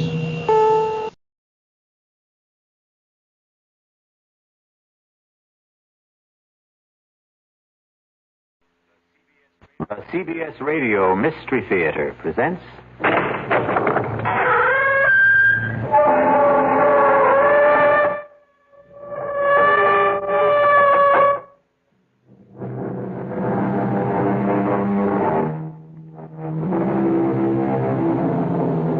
Come in. Welcome. I'm E.G. Marshall. Welcome to the fear you can hear. Welcome to the world of terrifying imagination. It gives me a fiendish delight to invite you on a very unusual expedition. For in our tale to come, we are going to travel not to distant shores, not to outer space, but instead backwards in time. Time as the archaeologist knows it, the depths of time. Strange thing about archaeology, it seeks to understand life by the study of death. Can we try to uncover the rest of the body, Professor? Of course. Jimmy, get the 3 or 4 fellows to help you, and do it carefully. There's no way of telling the body's position. Sure thing, Professor. Oh, this is awful. What are we going to do? Don't worry. Ancient bodies are your specialty. Fresh ones are mine. But how do you know it's murder? You surprise me. A suicide may dig her own grave, but you'd hardly expect her to pull the dirt in after her.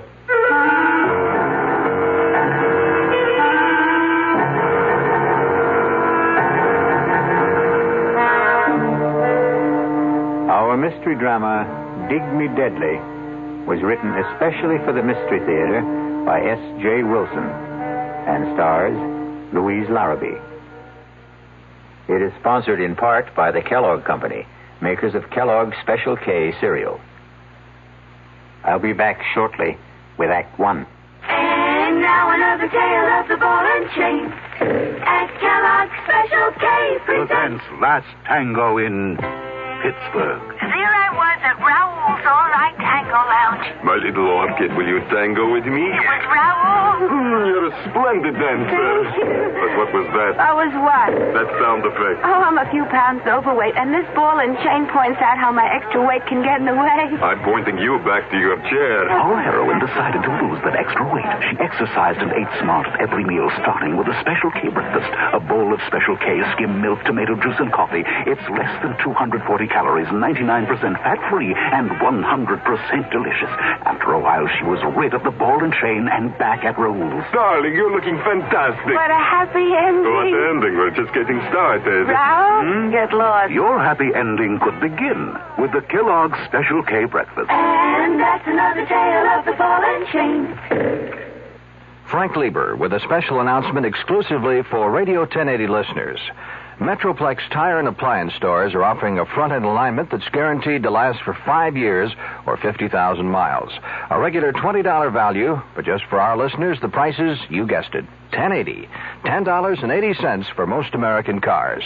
And the guarantee is good nationwide. But you must ask for the Radio 1080 special at Metroplex Tire and Appliance. In Carrollton at Beltline and Josie Lane. In Town East at Town East Boulevard and Gus Thomason Road. Ask for the Radio 1080 special at either location, and for just $10.80, you'll have your car's front-end alignment taken care of. for the next 5 years or 50,000 miles. And at no extra charge, your 2 front tires will be expertly balanced. Metroplex Tire and Appliance in Carrollton and Town East. And watch for their new location opening soon at 4102 Lemon Avenue, just 3 blocks north of Oak Lawn.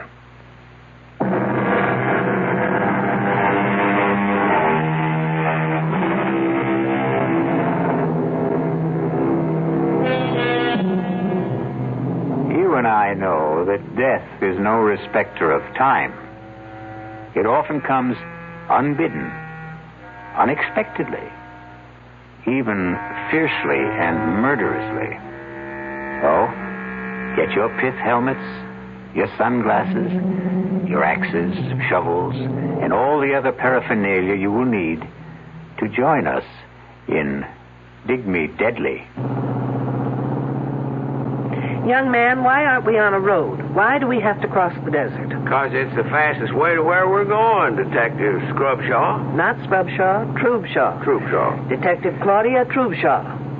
And I bet your last toothpick, which I wish you'd take out of your mouth, that we're really crossing the Rocky Mountains. They're in Colorado. This is Arizona. I know it's Arizona, Sheriff Wiley. It's where I came to spend my vacation with my sister before you showed up with all your hornswoggling. Oh, ma'am, I did no such thing. Now, what else would you call it? I came here to get away from L.A. and all that smog and to breathe in the pure, fresh, clean air of Tucson. Now, thanks to you, I've got more sand in my mouth than the whole Sonora Desert. That's Mexico. This is Arizona. I've got news for you. It's left Mexico and settled in my lungs. Now, you mean to tell me that in the entire state of Arizona there isn't a police officer, anybody who can cover this case, that you had to drag me into this no-woman's land? Those are my orders, ma'am. But why would my boss in Los Angeles assign me to an Arizona case? Well, I guess he knew you were in the neighborhood. That makes as much sense as kissing one of those cactuses. They're called saguaros. Now stop changing the subject. Now, will you tell me where we are going? Like I said, west of Naco. Good for you. You have advanced to the next plateau. And why are we going there? Because that's where they're digging. Superb. Now, who are they? The kids that are digging. Wiley, did you ever have your IQ tested? Not since I know. Well, don't. It's probably lower than Death Valley. And I know that's in California. Now, why are they digging? For dead bodies, I think. Stop this car at once. Well, what's wrong, Detective? Now, I'm not riding another minute until you tell me what this is all about. Well, what more do you want to know? Why I'm sitting in this rolling junk heap on my way to West Naco or wherever. Well, there are these kids there. What kids? These kids from some school near L.A. Every summer they come, and they dig up things. They're supposed to be real old. In other words, students working on an archaeological dig. Never could pronounce that word. Forget the pronunciation. Just try and make some sense. Well, a few days ago, I am sitting in the sheriff's office when this here girl comes by. Excuse me. Sure, miss. Come on in. Is the sheriff here? Well, the truth is, there is no sheriff. Then who's in charge? Well, I guess I am. Sergeant Deputy Sheriff, you could say, and name is Wiley. I'm looking for help. That's why I'm here. What can I do for you? But you're not a real sheriff. Well, I don't get paid for it, but they give me the badge. Why don't you try me? I'm one of the students working at the Broadfields. The dig. Why don't you sit down? And there's some trouble there. And what kind of trouble? Well, that's just it. I can't tell exactly, but someone's following me. Wherever I go, I have the feeling someone right behind me or hiding and waiting to do something to me. Something terrible. Isn't there anyone in charge? Well, Professor Wilkerson, but he says I'm imagining things. Well, now, have you ever really seen anyone following you? No, but only the other day someone went through my bureau and my luggage. And are they messing? No, but things were all messed up. Now, what's your name? Rogers. Edith Rogers. Miss Rogers. Now, do you have any idea why somebody'd be tailing you or looking through your things? I think someone's trying to kill me. Kill you? Hey, that's serious. Why would anyone want to do that? Because they're afraid of me, scared of what I could do. Well, you don't look like you could trouble a horned toad. What are they scared of? Well, you see, no, I can't tell you. If they found out I came here, they'd do it faster. Anyway, you can't help me. Maybe nobody can. Wait a minute. Wait there.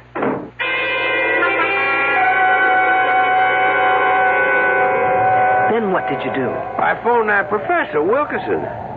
Say, Detective, can we get this thing going again? All right, but only as long as you tell me everything you know. Well, I called up that professor, and I told him about it. And he said that it was the girl's first summer there, and that working in the hot sun and seeing all those graves and skeletons was something she just wasn't used to. Then he said he'd take care of it and for me not to worry. Well, now, at first I thought I'd better leave well enough alone, except that the whole thing just kept a-pecking at me. So, a couple of days later, I dropped by the Broadfield spread and was told by a girl who roomed with this Edith Rogers that this Edith Rogers here, she had left. Did she say when? I didn't ask. Did she say how or why? No, I didn't ask that either. Were her clothes and luggage gone? Gosh, I didn't think to ask that neither. Then how come you thought to ask for me? Well, I called this friend of my father's who is Assistant Deputy Chief of Police. Say no more. You called my boss, Morgan. In other words, this isn't an official assignment, is it? Well, he told me you were in Tucson and to speak to you. And dragging me through this sand heap is your idea of speaking to me. Wiley, if I admit something to you, will you promise never to tell anyone? Sure thing, Detective. I know of only one person who's a bigger fool than you. Who'd that be? Me.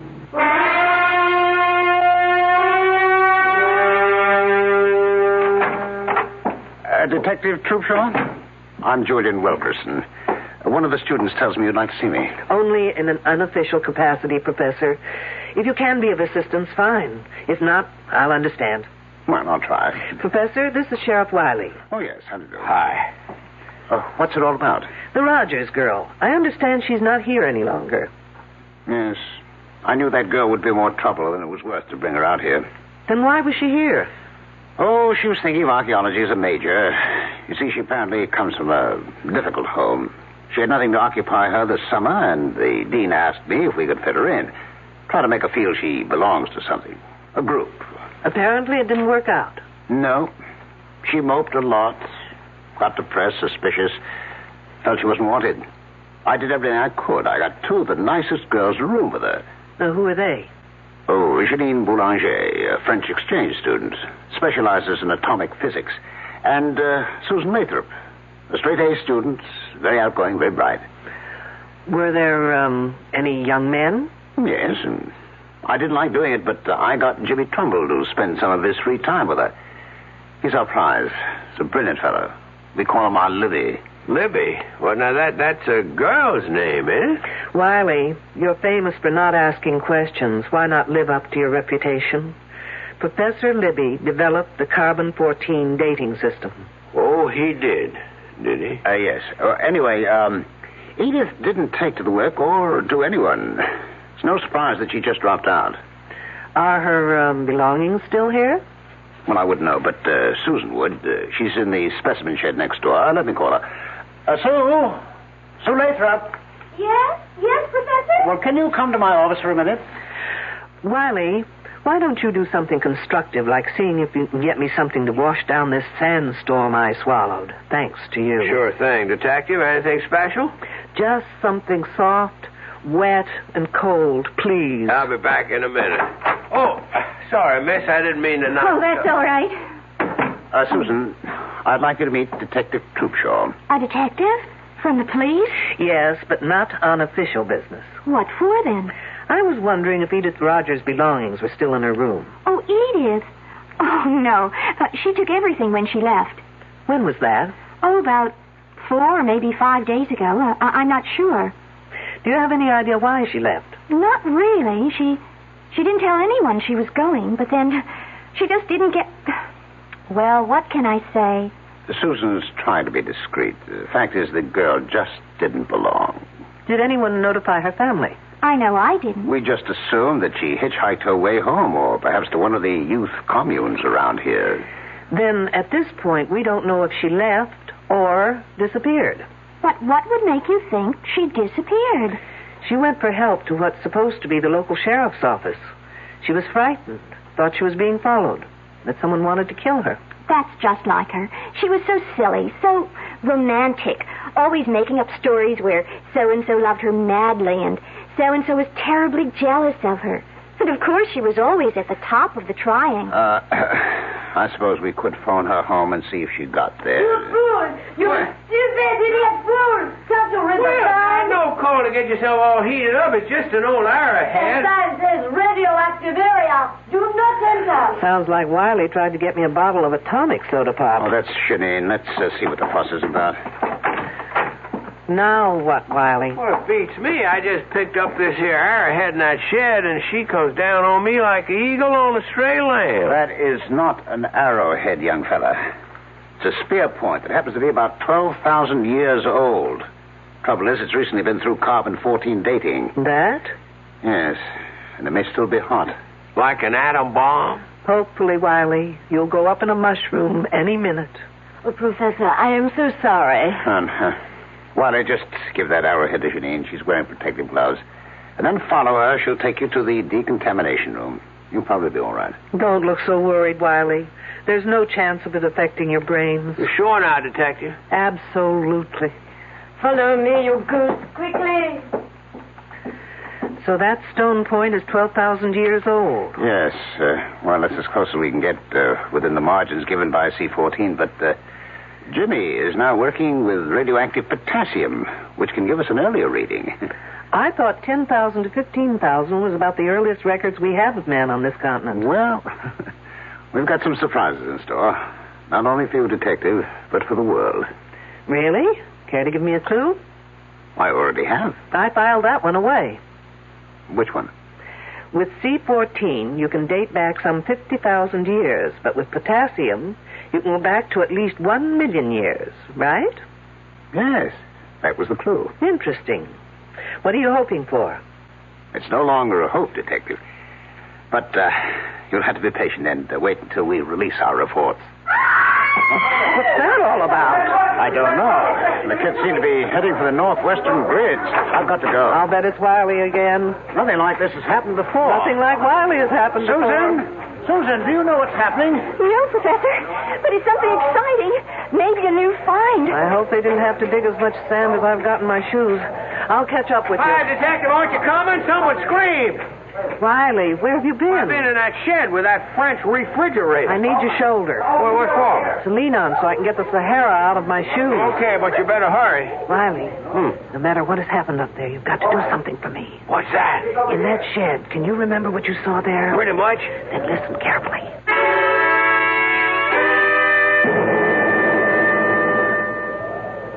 Oh, mon Dieu, it's a woman's hand. And I know whose it is. By the ring. The silver band. Well, whose is it? Edith Rogers. Oh. All right, no one touch anything until Detective Troopshaw gets here. A detective? A lady detective in here.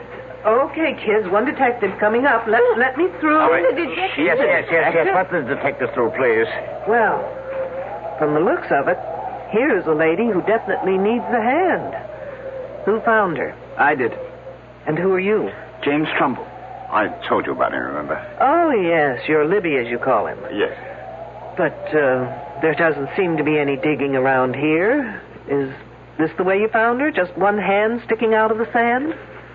No. I was on my way to the datum point to figure out what the next grid would be when I passed this place and noticed that someone had been digging around here. The sand wasn't as flat as the surrounding area and not as compact. So I began to brush away the top layer until I uncovered this one hand. Professor, have I your permission to supervise this matter until I get official regulations? Well, yes, of course. Thanks. Has anyone been able to identify the hand? Susan, she said it is Edith Rogers. What makes you think that? The silver band. I was with her when she brought it in town a couple of weeks ago. She bought a silver wedding band? I asked her why, and she said she expected to be married very soon. It just sounded like one of her crazy stories, so I forgot about it. I see. Well, rings have been known to change fingers. Can we try and uncover the rest of the body? Of course.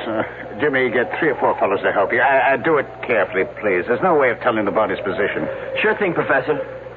Oh, this is awful. What are we going to do? Don't worry, Professor. Ancient bodies are your specialty. Fresh ones are mine. Yes, but this is liable to stop our work. This place will be crawling with police, newsmen, television crews, what all. Really? Why? Isn't murder a little too common to rate that kind of attention? But how do you know it is murder? Miss Lathrop, you surprise me. A suicide may dig her own grave, but you'd hardly expect her to pull the dirt in after her. Pit's very shallow, Professor. I don't think we should use shovels. Shall we use the brushes from here? Sure, but let's get a move on, eh? Ah! Look! The hand is attached only to bones. To a skeleton. Oh, no, I've never seen it. Oh, now, will you all stop crowding? You'd think this was a Hollywood opening. Oh, Janine is right. There is no body. The hands are attached to a skeleton.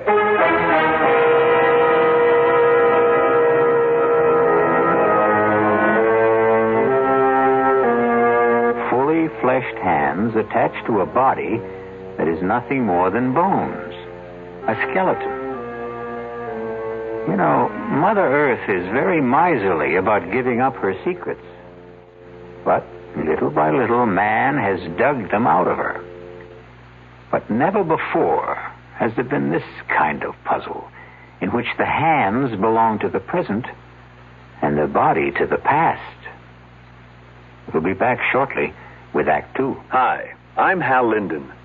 There's a lot of talk these days about America's energy crisis. Talk about doing without heat, about doing without our cars, about what's going to happen if we run out of fuel. Well, we may not have to run out of fuel if we all work together to conserve the fuel we have. That means turning your thermostats down to 68 degrees during the day and turning them down to 60 at night.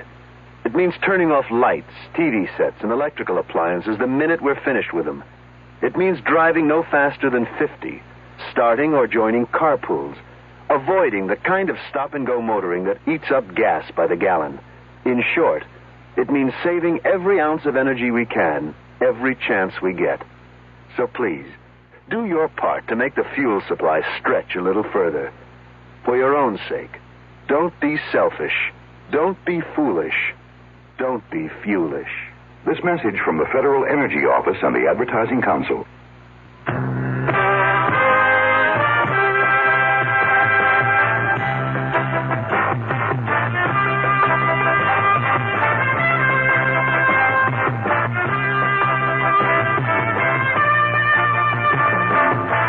You don't just make a profit in the beef business.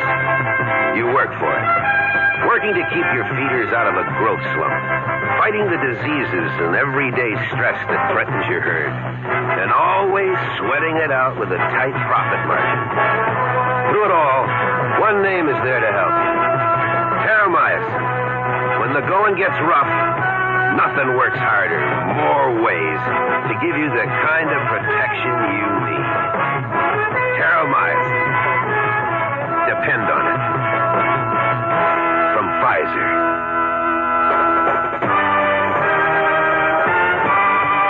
More for growth and health.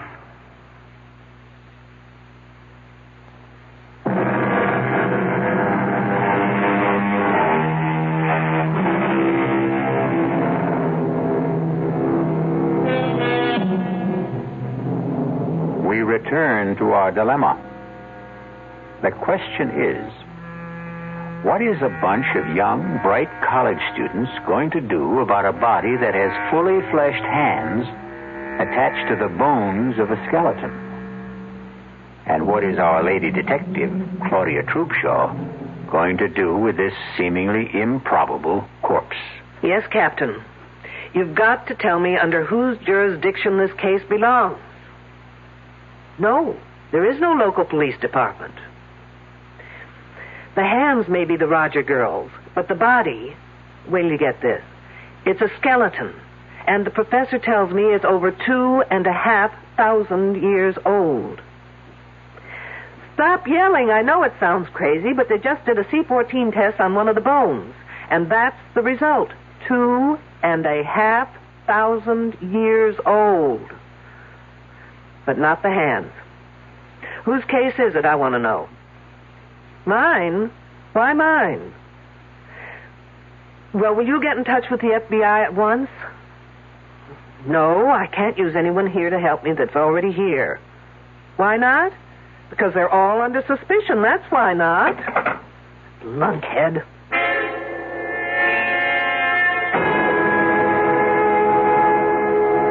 It's nice of you, Miss Boulanger, to take time off to have this little talk with me. Professor Wilkerson said I should answer all your questions to the best that I can. Do you always do what Professor Wilkerson asks? Oh, yes, he is a marvelous man. He is so brilliant. I'm sure. Tell me, do you have many friends among the other students? I don't think so. Not even Jimmy Trumbull? Oh, he is nice, but he is such a little boy. And the others? I am afraid they're all too jealous. Do you know why? Oh, they think that the professor treats me like a favorite. Well, does he? Of course not. But I have studied all this and done it in France before, so I know it very well. And they do not. I think I understand. This body we found, you've seen it? I could not bear to look. No, but you did. Now tell me, in all your work, both here and in France, have you ever seen anything like it? No, absolutely not. And you couldn't explain how two perfectly fleshed hands could be attached to a prehistoric skeleton? It's against all possibilities. What did you think of Edith Rogers? She was very unfortunate. In what way? Oh, she so badly needed some kind of an attachment. With a boy, I mean. And I think she almost found it. But then that Susan Lathrop got in the way and kept it from happening. How do you mean? Oh, I don't like talking gossip. But Edith Rogers liked very much this Jimmy Trumbull. But that Susan, who blows hot one day and cold the next, makes up her mind that Jimmy is her property. And she says to that Rogers girl she should stay off her property. Anything else, Janine? No. That is all. Thank you. You've been very helpful.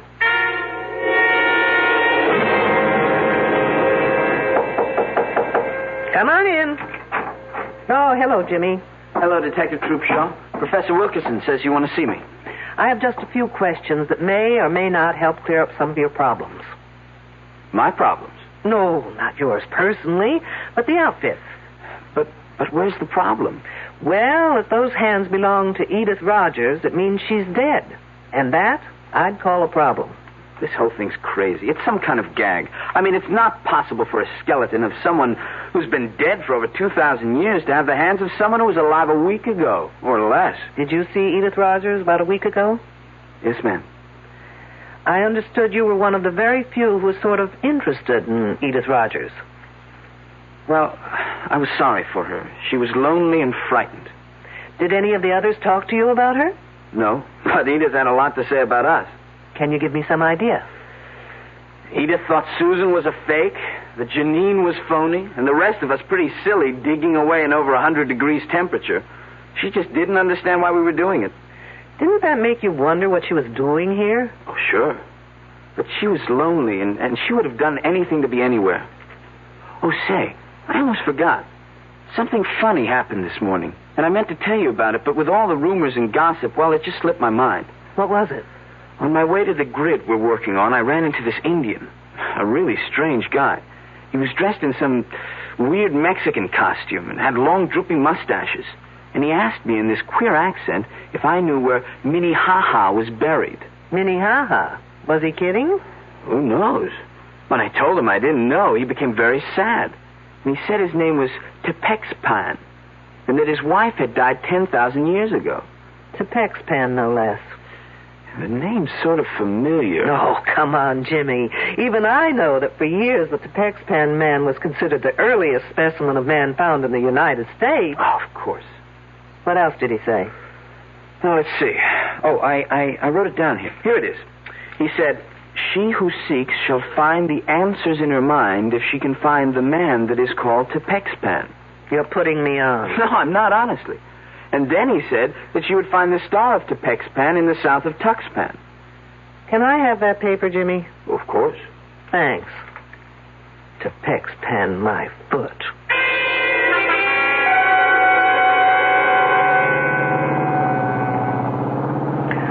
Riley must be a genius to be able to drive this kidney buster. I can just about manage to keep the wheels straight. Now, where am I? Tuxpan. Ah, here it is, Tuxpan Avenue. Now turn south. How am I supposed to find the building? The Star of Tuxpan. Ah, lo and behold, a building with a star over the door.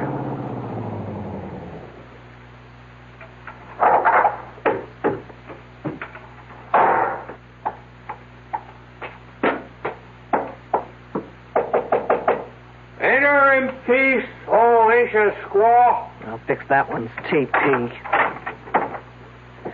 I was told you've been to the ancient burial ground. You have been told well. I go to see my wife. Is she one of the workers at the dig? Oh, no, she toils no more. Your people toil for her. Hit me with that one again. She has been dead for over 10,000 years. I thought it was 2,500. But what's a few years in a romance that's lasted that long, right? Her spirit gives me many answers to my prayers. Do the answers to mine happen to be among them? Well, if you open the pouch, I will place a magic message within. Gracias, senor. It is but the will of the gods that I obey. Incidentally, Senor Tuxpan, the next time you speak to the spirits of the gods, find out the name in Indian for fruitcake. As ancient squaw commands. And take that silly toothpick out of your face.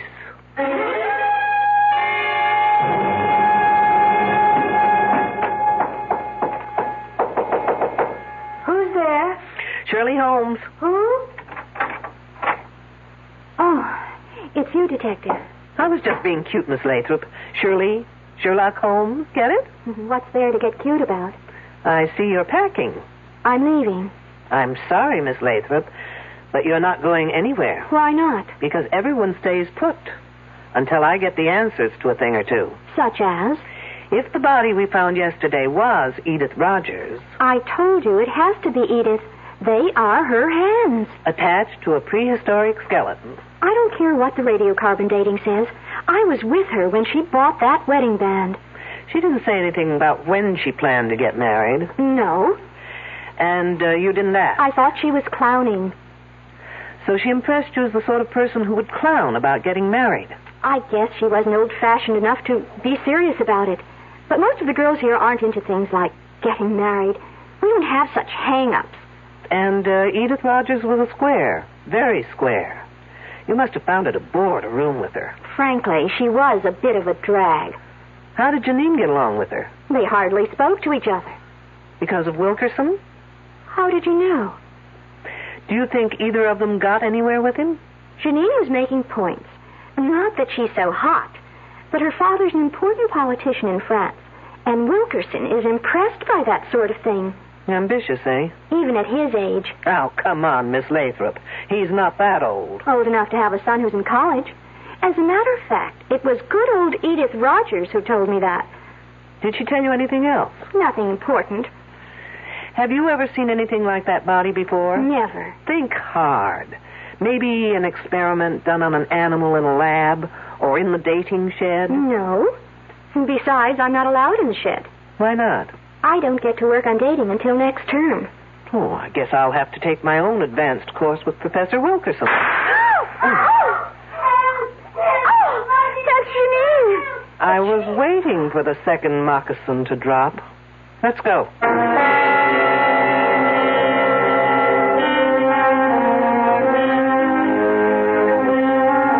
It is written in the book of Proverbs, and wisely, I believe, that whoso diggeth a pit shall fall therein. Our problem is that all our characters are diggers in pits. Even our ardent detective Claudia Trubshaw has been digging through level after level, but getting seemingly nowhere. I'll be back shortly with Act 3. There's nothing wrong with drinking Budweiser sip by sip, is there? Well, the brewers of Budweiser think there's a better way. Sipping's fine if you're drinking wine. But Bud is the king of beers, a hearty drink. Look, rinse a 10 or 12-ounce glass with cold water. Then open a can or bottle of Bud and pour it right down the middle so it kicks up a good head of foam. Now, take a big drink and then swallow big. No sips. That's how it should be done. More taste, more beer drinking enjoyment. Thanks to exclusive Beechwood aging, Budweiser has a smoothness that lets it go down especially easy. Sure, it's an expensive way to brew beer, but brewing beer right does make a difference. That's why, when you say Budweiser, you've said it all. Anheuser-Busch, St. Louis. There's no satisfaction quite like the satisfaction of getting a bargain. It brings a smile to your face, partly because you've saved money, mainly because you've beat the system by paying less when everything seems to be costing more. Hi, I'm Frank Lieber. Right now, True Value hardware stores have 14 of those smiles of satisfaction in stock. They're kitchen helpers from Echo and from Foley. You can get 2 for just 88 cents. Choose a can and bottle opener, a fruit and vegetable slicer, or a serving fork, or get a nylon baster. Its tube is graduated for measurement. And there's a 2.5-inch strainer for making egg coffee, for straining loose tea, or for separating orange juice from its pulp and seeds. You can get 2 of these kitchen tools for just 88 cents. That should make you smile with satisfaction. You'll grin from ear to ear when you see the rest of the 2 for 88-cent bargains at the True Value hardware store near your home.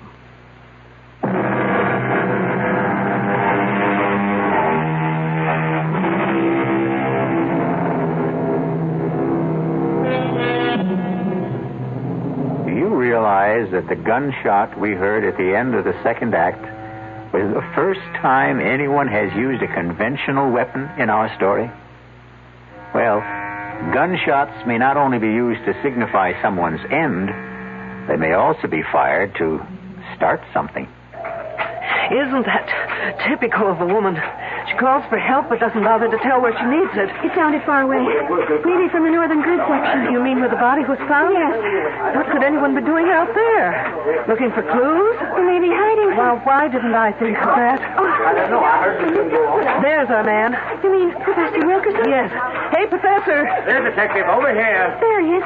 He turned on his flash. Professor, hold it a minute. Let me catch my breath. Did you hear Janine call? No, I was covering grid S42. We were working late there. Are you sure it was Janine? Pretty much, unless someone's imitating her accent. We don't know from where she called. I think it came from that north grid. First we heard what may have been a gunshot, and then we heard La Belle Janine calling for help. Hey, has everyone around here gone bananas? They say they heard a gunshot. Detective Troopshaw says Janine cried for help. And where were you, Mr. Trumbull? In the barracks, doing some research. Well, anyway, the detective thinks that Janine is locked in somewhere. Well, how about the lab shed? A thinker in the tank. Come on. Who has the key to the shed? I do, but you'll have to wait out here. What for? I'll have to go in first to check on possible radioactivity inside. Just 1 second, Professor. Janine? Janine, are you in there? Yes, I am. Is it safe for us to come in? Yes. It is very safe. All right, I got my key here on the puzzle. Oh, Professor. That girl faints easier than I can think. Janine, are you all right? Don't ask her. She'll say no. Get her back inside. Now, for the rest of you, please, stay out here. Don't go anywhere, anyone. Still planning to leave, Susan? She wouldn't let me. Besides, what difference would it make to you if I did? I'm just being friendly. Isn't it a little too late? What do you mean? Well, now that Edith Rogers is dead, do you think I'd be waiting around to catch you on the rebound? Oh, look, I was just being kind to her. Kind? Isn't there a phrase about someone being killed with kindness? What are you getting at? Now listen, James Trumbull. Because Edith Rogers was a fool doesn't mean all girls are. No one ever said you were. Look, the only reason I took her out a couple of times was because the professor asked me to. Aren't you the obedient student? What professors say, Jimmy do. I don't know how else I can convince you. You can't. And if I were you, I wouldn't try. Look, you can count on my being fair and keeping quiet. I'm not out for revenge. But I'm also not about to stick my neck out for anyone, including you. I still don't know what you're getting at. I'm getting at who killed Edith Rogers.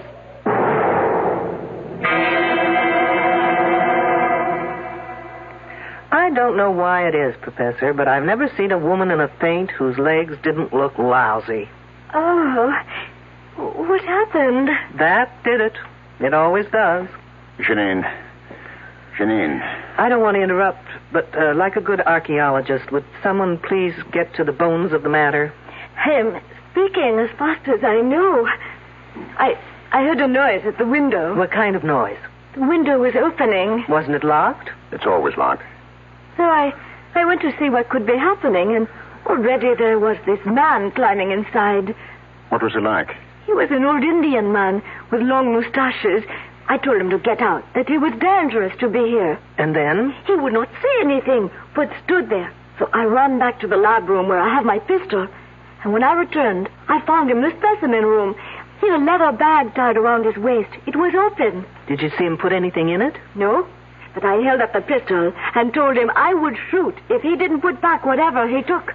So he put his hand in the bag and took something out and threw it in my eyes. Then I pressed the pistol. What did he throw? Little things. I don't know. Let's take a look. All right. Now, wait. Here on the floor. It's thin slivers. It's maybe wood. Let's take a closer look. No, don't touch them. For heaven's sakes, why not? They may be hot. I'll get the counter. Is anything missing, Miss Boulanger? I have not looked. Well, do that little thing. And, Miss Boulanger, the next time you find that you're stuck in here, just open the lock and walk out.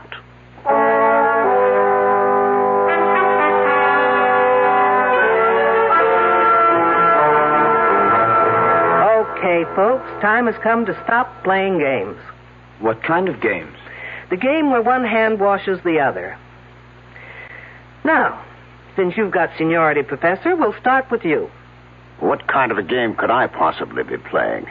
Well, as a professor, you're a great show. As a poker player, you're stupid. Oh, really? You don't know how to bluff. Remember how you insisted that spear point Wiley took from the shed had to be radioactive? Well, you were lying. How dare you? When it comes to the truth, Professor, I'm very daring. That spear point was in perfect condition. If it had been dated, a piece of it would have had to be missing. How could you know that? What do you think they teach us at the police academy? Home economics? Now, putting it simply, the less carbon-14 in an object, the older it is, right? That is correct. And the older, the more valuable. Sure, that's what we're here for, to find evidence leading back to the first human being in America. And when you can't find it? Well, then you can fake it, can't you? What do you mean, Detective? There's no dating equipment in that shed. You are preposterous. Wait till you hear how preposterous I really am. Only 2 people have been allowed in that shed. You and Miss Boulanger. Yes, those are the rules. Well, a certain friend of mine broke those rules. Senor Tepex Pen, if you please. Fancy, how about that? Now, if you'll just get rid of those tired handlebars from under your nose. Glad to. They sure itch. Wiley. They're serious. The one who asked me questions about Edith. Right. And he got into that shed not to take things, but to return them. Didn't you, Wiley? I sure did. But, what did you take that had to be put back? That old spear point and the nozzle on that machine. The head? The bombarding head? And I took them both to Tucson to have the experts there take a look at them. And they confirmed my best suspicions.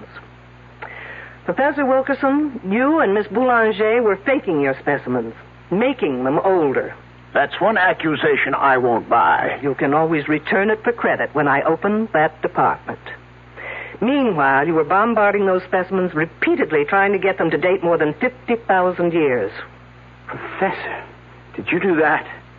I just can't believe it. Why not, Trumbull? You invented the machine. Well, only by accident. It was a fluke. And you told your esteemed professor about that fluke, and he told you to keep it under wraps. Yes, I did keep it under wraps. I never wrote a paper. Well, how'd they know about it in Tucson? Well, I sent them a report, but only for their opinion. Trumbull, you're a damn fool. you? You know, Professor, you're just plain not nice. Here we girls spend fortunes trying to keep young, while you try to make a fortune aging us. Which brings me to Edith Rogers.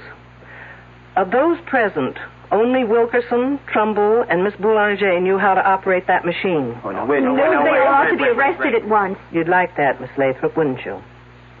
It leaves your hands clean, so to speak. Now, listen, Detective, I had no reason. Getting her pregnant and being blackmailed to marry her isn't a reason? Come off, Professor. He did? The professor? Surprised, aren't you, Miss Lathrop? But why would I want to hurt that Edith Rogers? You knew she had something on the professor, else she wouldn't have been here. But when you heard about the wedding ring, you thought you just might lose not only your professor, but more importantly, that machine.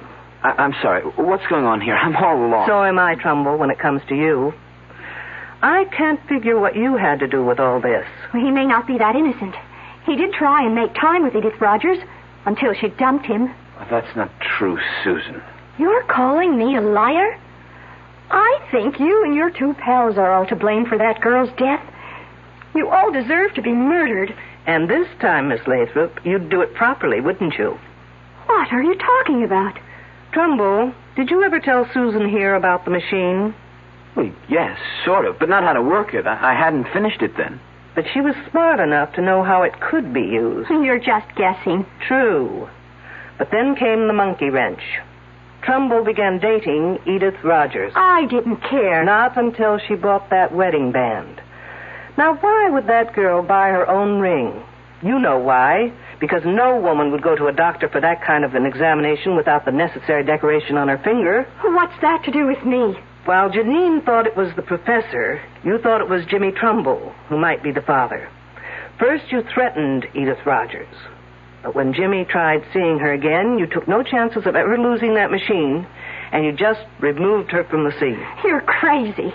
Not crazy enough to use a machine I knew nothing about, because that's what you did. You know, your biggest mistake was in tying Edith Rogers' hands over her head before opening that machine full blast. Those hands were protected by the lead shield over her head. Of course. Only the lead shield could have saved those hands, kept them from dating back. The result? A 2,500-year-old skeleton with Edith Rogers' hands. Okay, Detective. Who saw me? Where's your proof? Yours were the only fingerprints found on the bombarding head Wiley took to Tucson. Susan, you didn't work that machine without gloves, without protection. Why? What's wrong with that? Oh, good Lord. You didn't. What are you saying? Oh, no. Your body's probably got more than 600 radioactive units in it right now. You're trying to scare me. It's not true. Susan, 400 units are fatal. Help me. Someone help me. Or I die. Help me. Help. Help.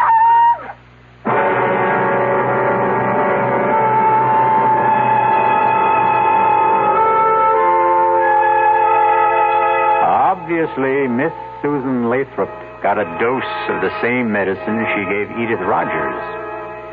Except in her case, its effects will be much slower and very much more painful.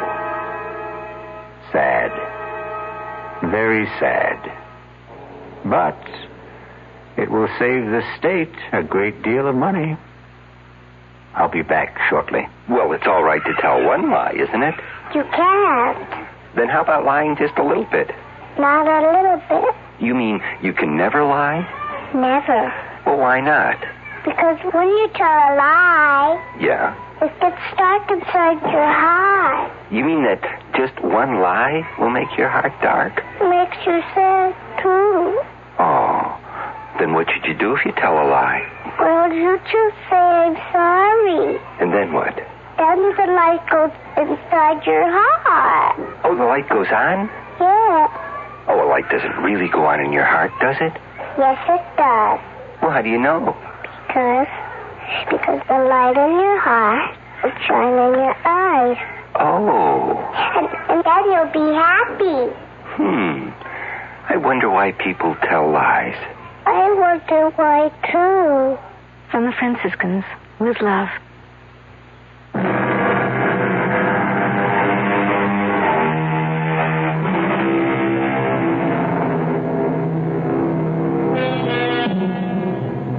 Here's a little thought to take to sleep with you. Never indulge in excesses. Eat moderately, drink moderately, and murder moderately. Our cast included Louise Larrabee, Mason Adams, Ralph Bell, Corinne Orr, Ann Costello, and Christopher Tabori. The entire production was under the direction of Hyman Brown. Now, a preview of our next tale. I saw the glowing tips of 2 flipped cigarettes. And then... Kiss me, Richard. I'm crazy about you. Stop it! Stop it! Tom! What are you... Marianne, go inside. Go inside, I tell you. Now, wait a minute. Why? If you have anything to say, you can say it here in front of Richard. Go inside. Let go of my Now, arm. listen, you leave her alone. Let go of her! He broke my grip on her arm and pushed me away. His shove made me slip to my knees. I came up swinging at his face and missed. He pinned my arms from behind. Now, listen, what's the matter with you? Are you crazy?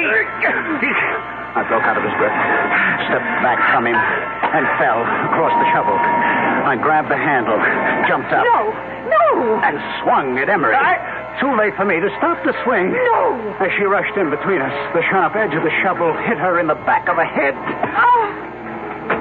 I stood there, holding the shovel, unable to move. Radio Mystery Theater was sponsored in part by Anheuser-Busch Incorporated, brewers of Budweiser. This is E.G. Marshall inviting you to return to our Mystery Theater for another adventure in the macabre. Until next time, pleasant dreams.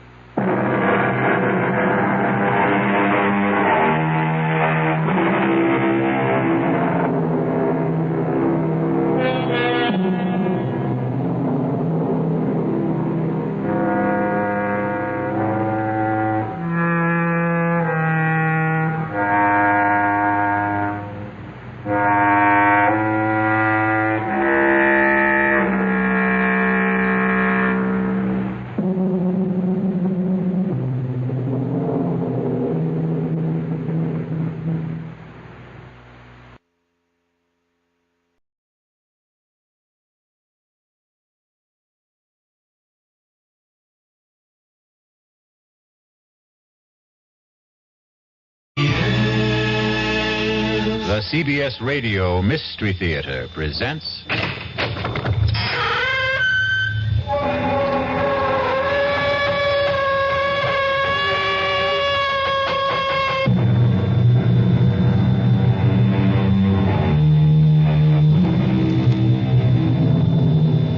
Come in. Welcome. I'm E.G. Marshall. Welcome to the sound of suspense, to the fear you can hear, to the world of terrifying imagination. They say, hell hath no fury like a woman scorned. And perhaps it's true. But the question is, how long can that fury endure? How long can the passions burn? Well, Miss Charity Youngblood was left waiting at the church some 200 years ago, and she still isn't over it. Sheriff's Office, Deputy Palmer speaking. Sheriff, there's someone who wants to murder me. Yes, sir. Your name, sir? Well, is that important? Yes, sir, it is. Well, I hesitate to give you my name because you might think I'm unbalanced. Now, why would I think that? Because of the peculiar circumstances involved. Why don't you let me be the judge of that? Well, this young lady wants to kill me, and she's armed. What's her name? Well, I wouldn't want her to get into trouble. What? She doesn't look like a killer, and besides, I can't prove it. It's just that I know it. Now, sir, calm yourself and tell me Why does she want to kill you? Because I broke our engagement. All right. It's possible. Now, when did you break that engagement? Oh, about 200 years ago.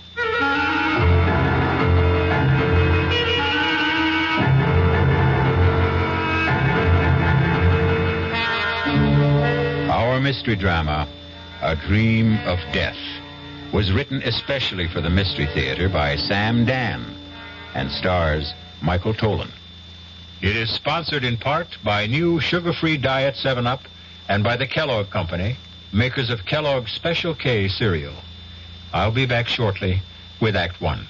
Hello, Ms. Goldilocks here, and welcome to my professional taste testing laboratory. Oh, Papa Bear, could you bring that case of sugar-free Diet 7-Up over here? Another case? Miss Goldilocks, you're drinking this sugar-free Diet 7-Up like there's no tomorrow. You can't still be taste testing it. Oh, no, Papa Bear. Sugar-free Diet 7-Up has already earned my seal of approval. It's fresh, light, natural, delicious. I drink it because I love its taste. Now hurry up. Okay, here. This sugar-free Diet 7-Up really tastes delicious. Ladies, if you're tired of switching from one diet drink to another, take some advice from Ms. Goldilocks. Try sugar-free Diet 7-Up and you'll say, yes, this one's just right. I'll bear witness to that, Goldie.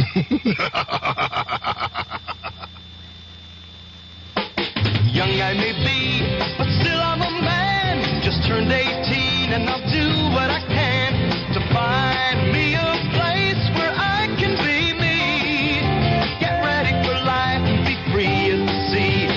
Where do I go from here? Oh, where do I go from here? I finished school, but what lies ahead? Don't want to get trapped, want to feel free instead. All over the world, there's so much to do. The call of the sea, don't you hear it too? Where do I go from here? Oh, where do I go from here? What about the new Navy? You'll get your chance at success, learn an exciting job, and see the world. Call toll-free 800-841-8000. That's 800-841-8000. Or see your Navy recruiter. Be someone special in the new Navy. I know where I'm going from here.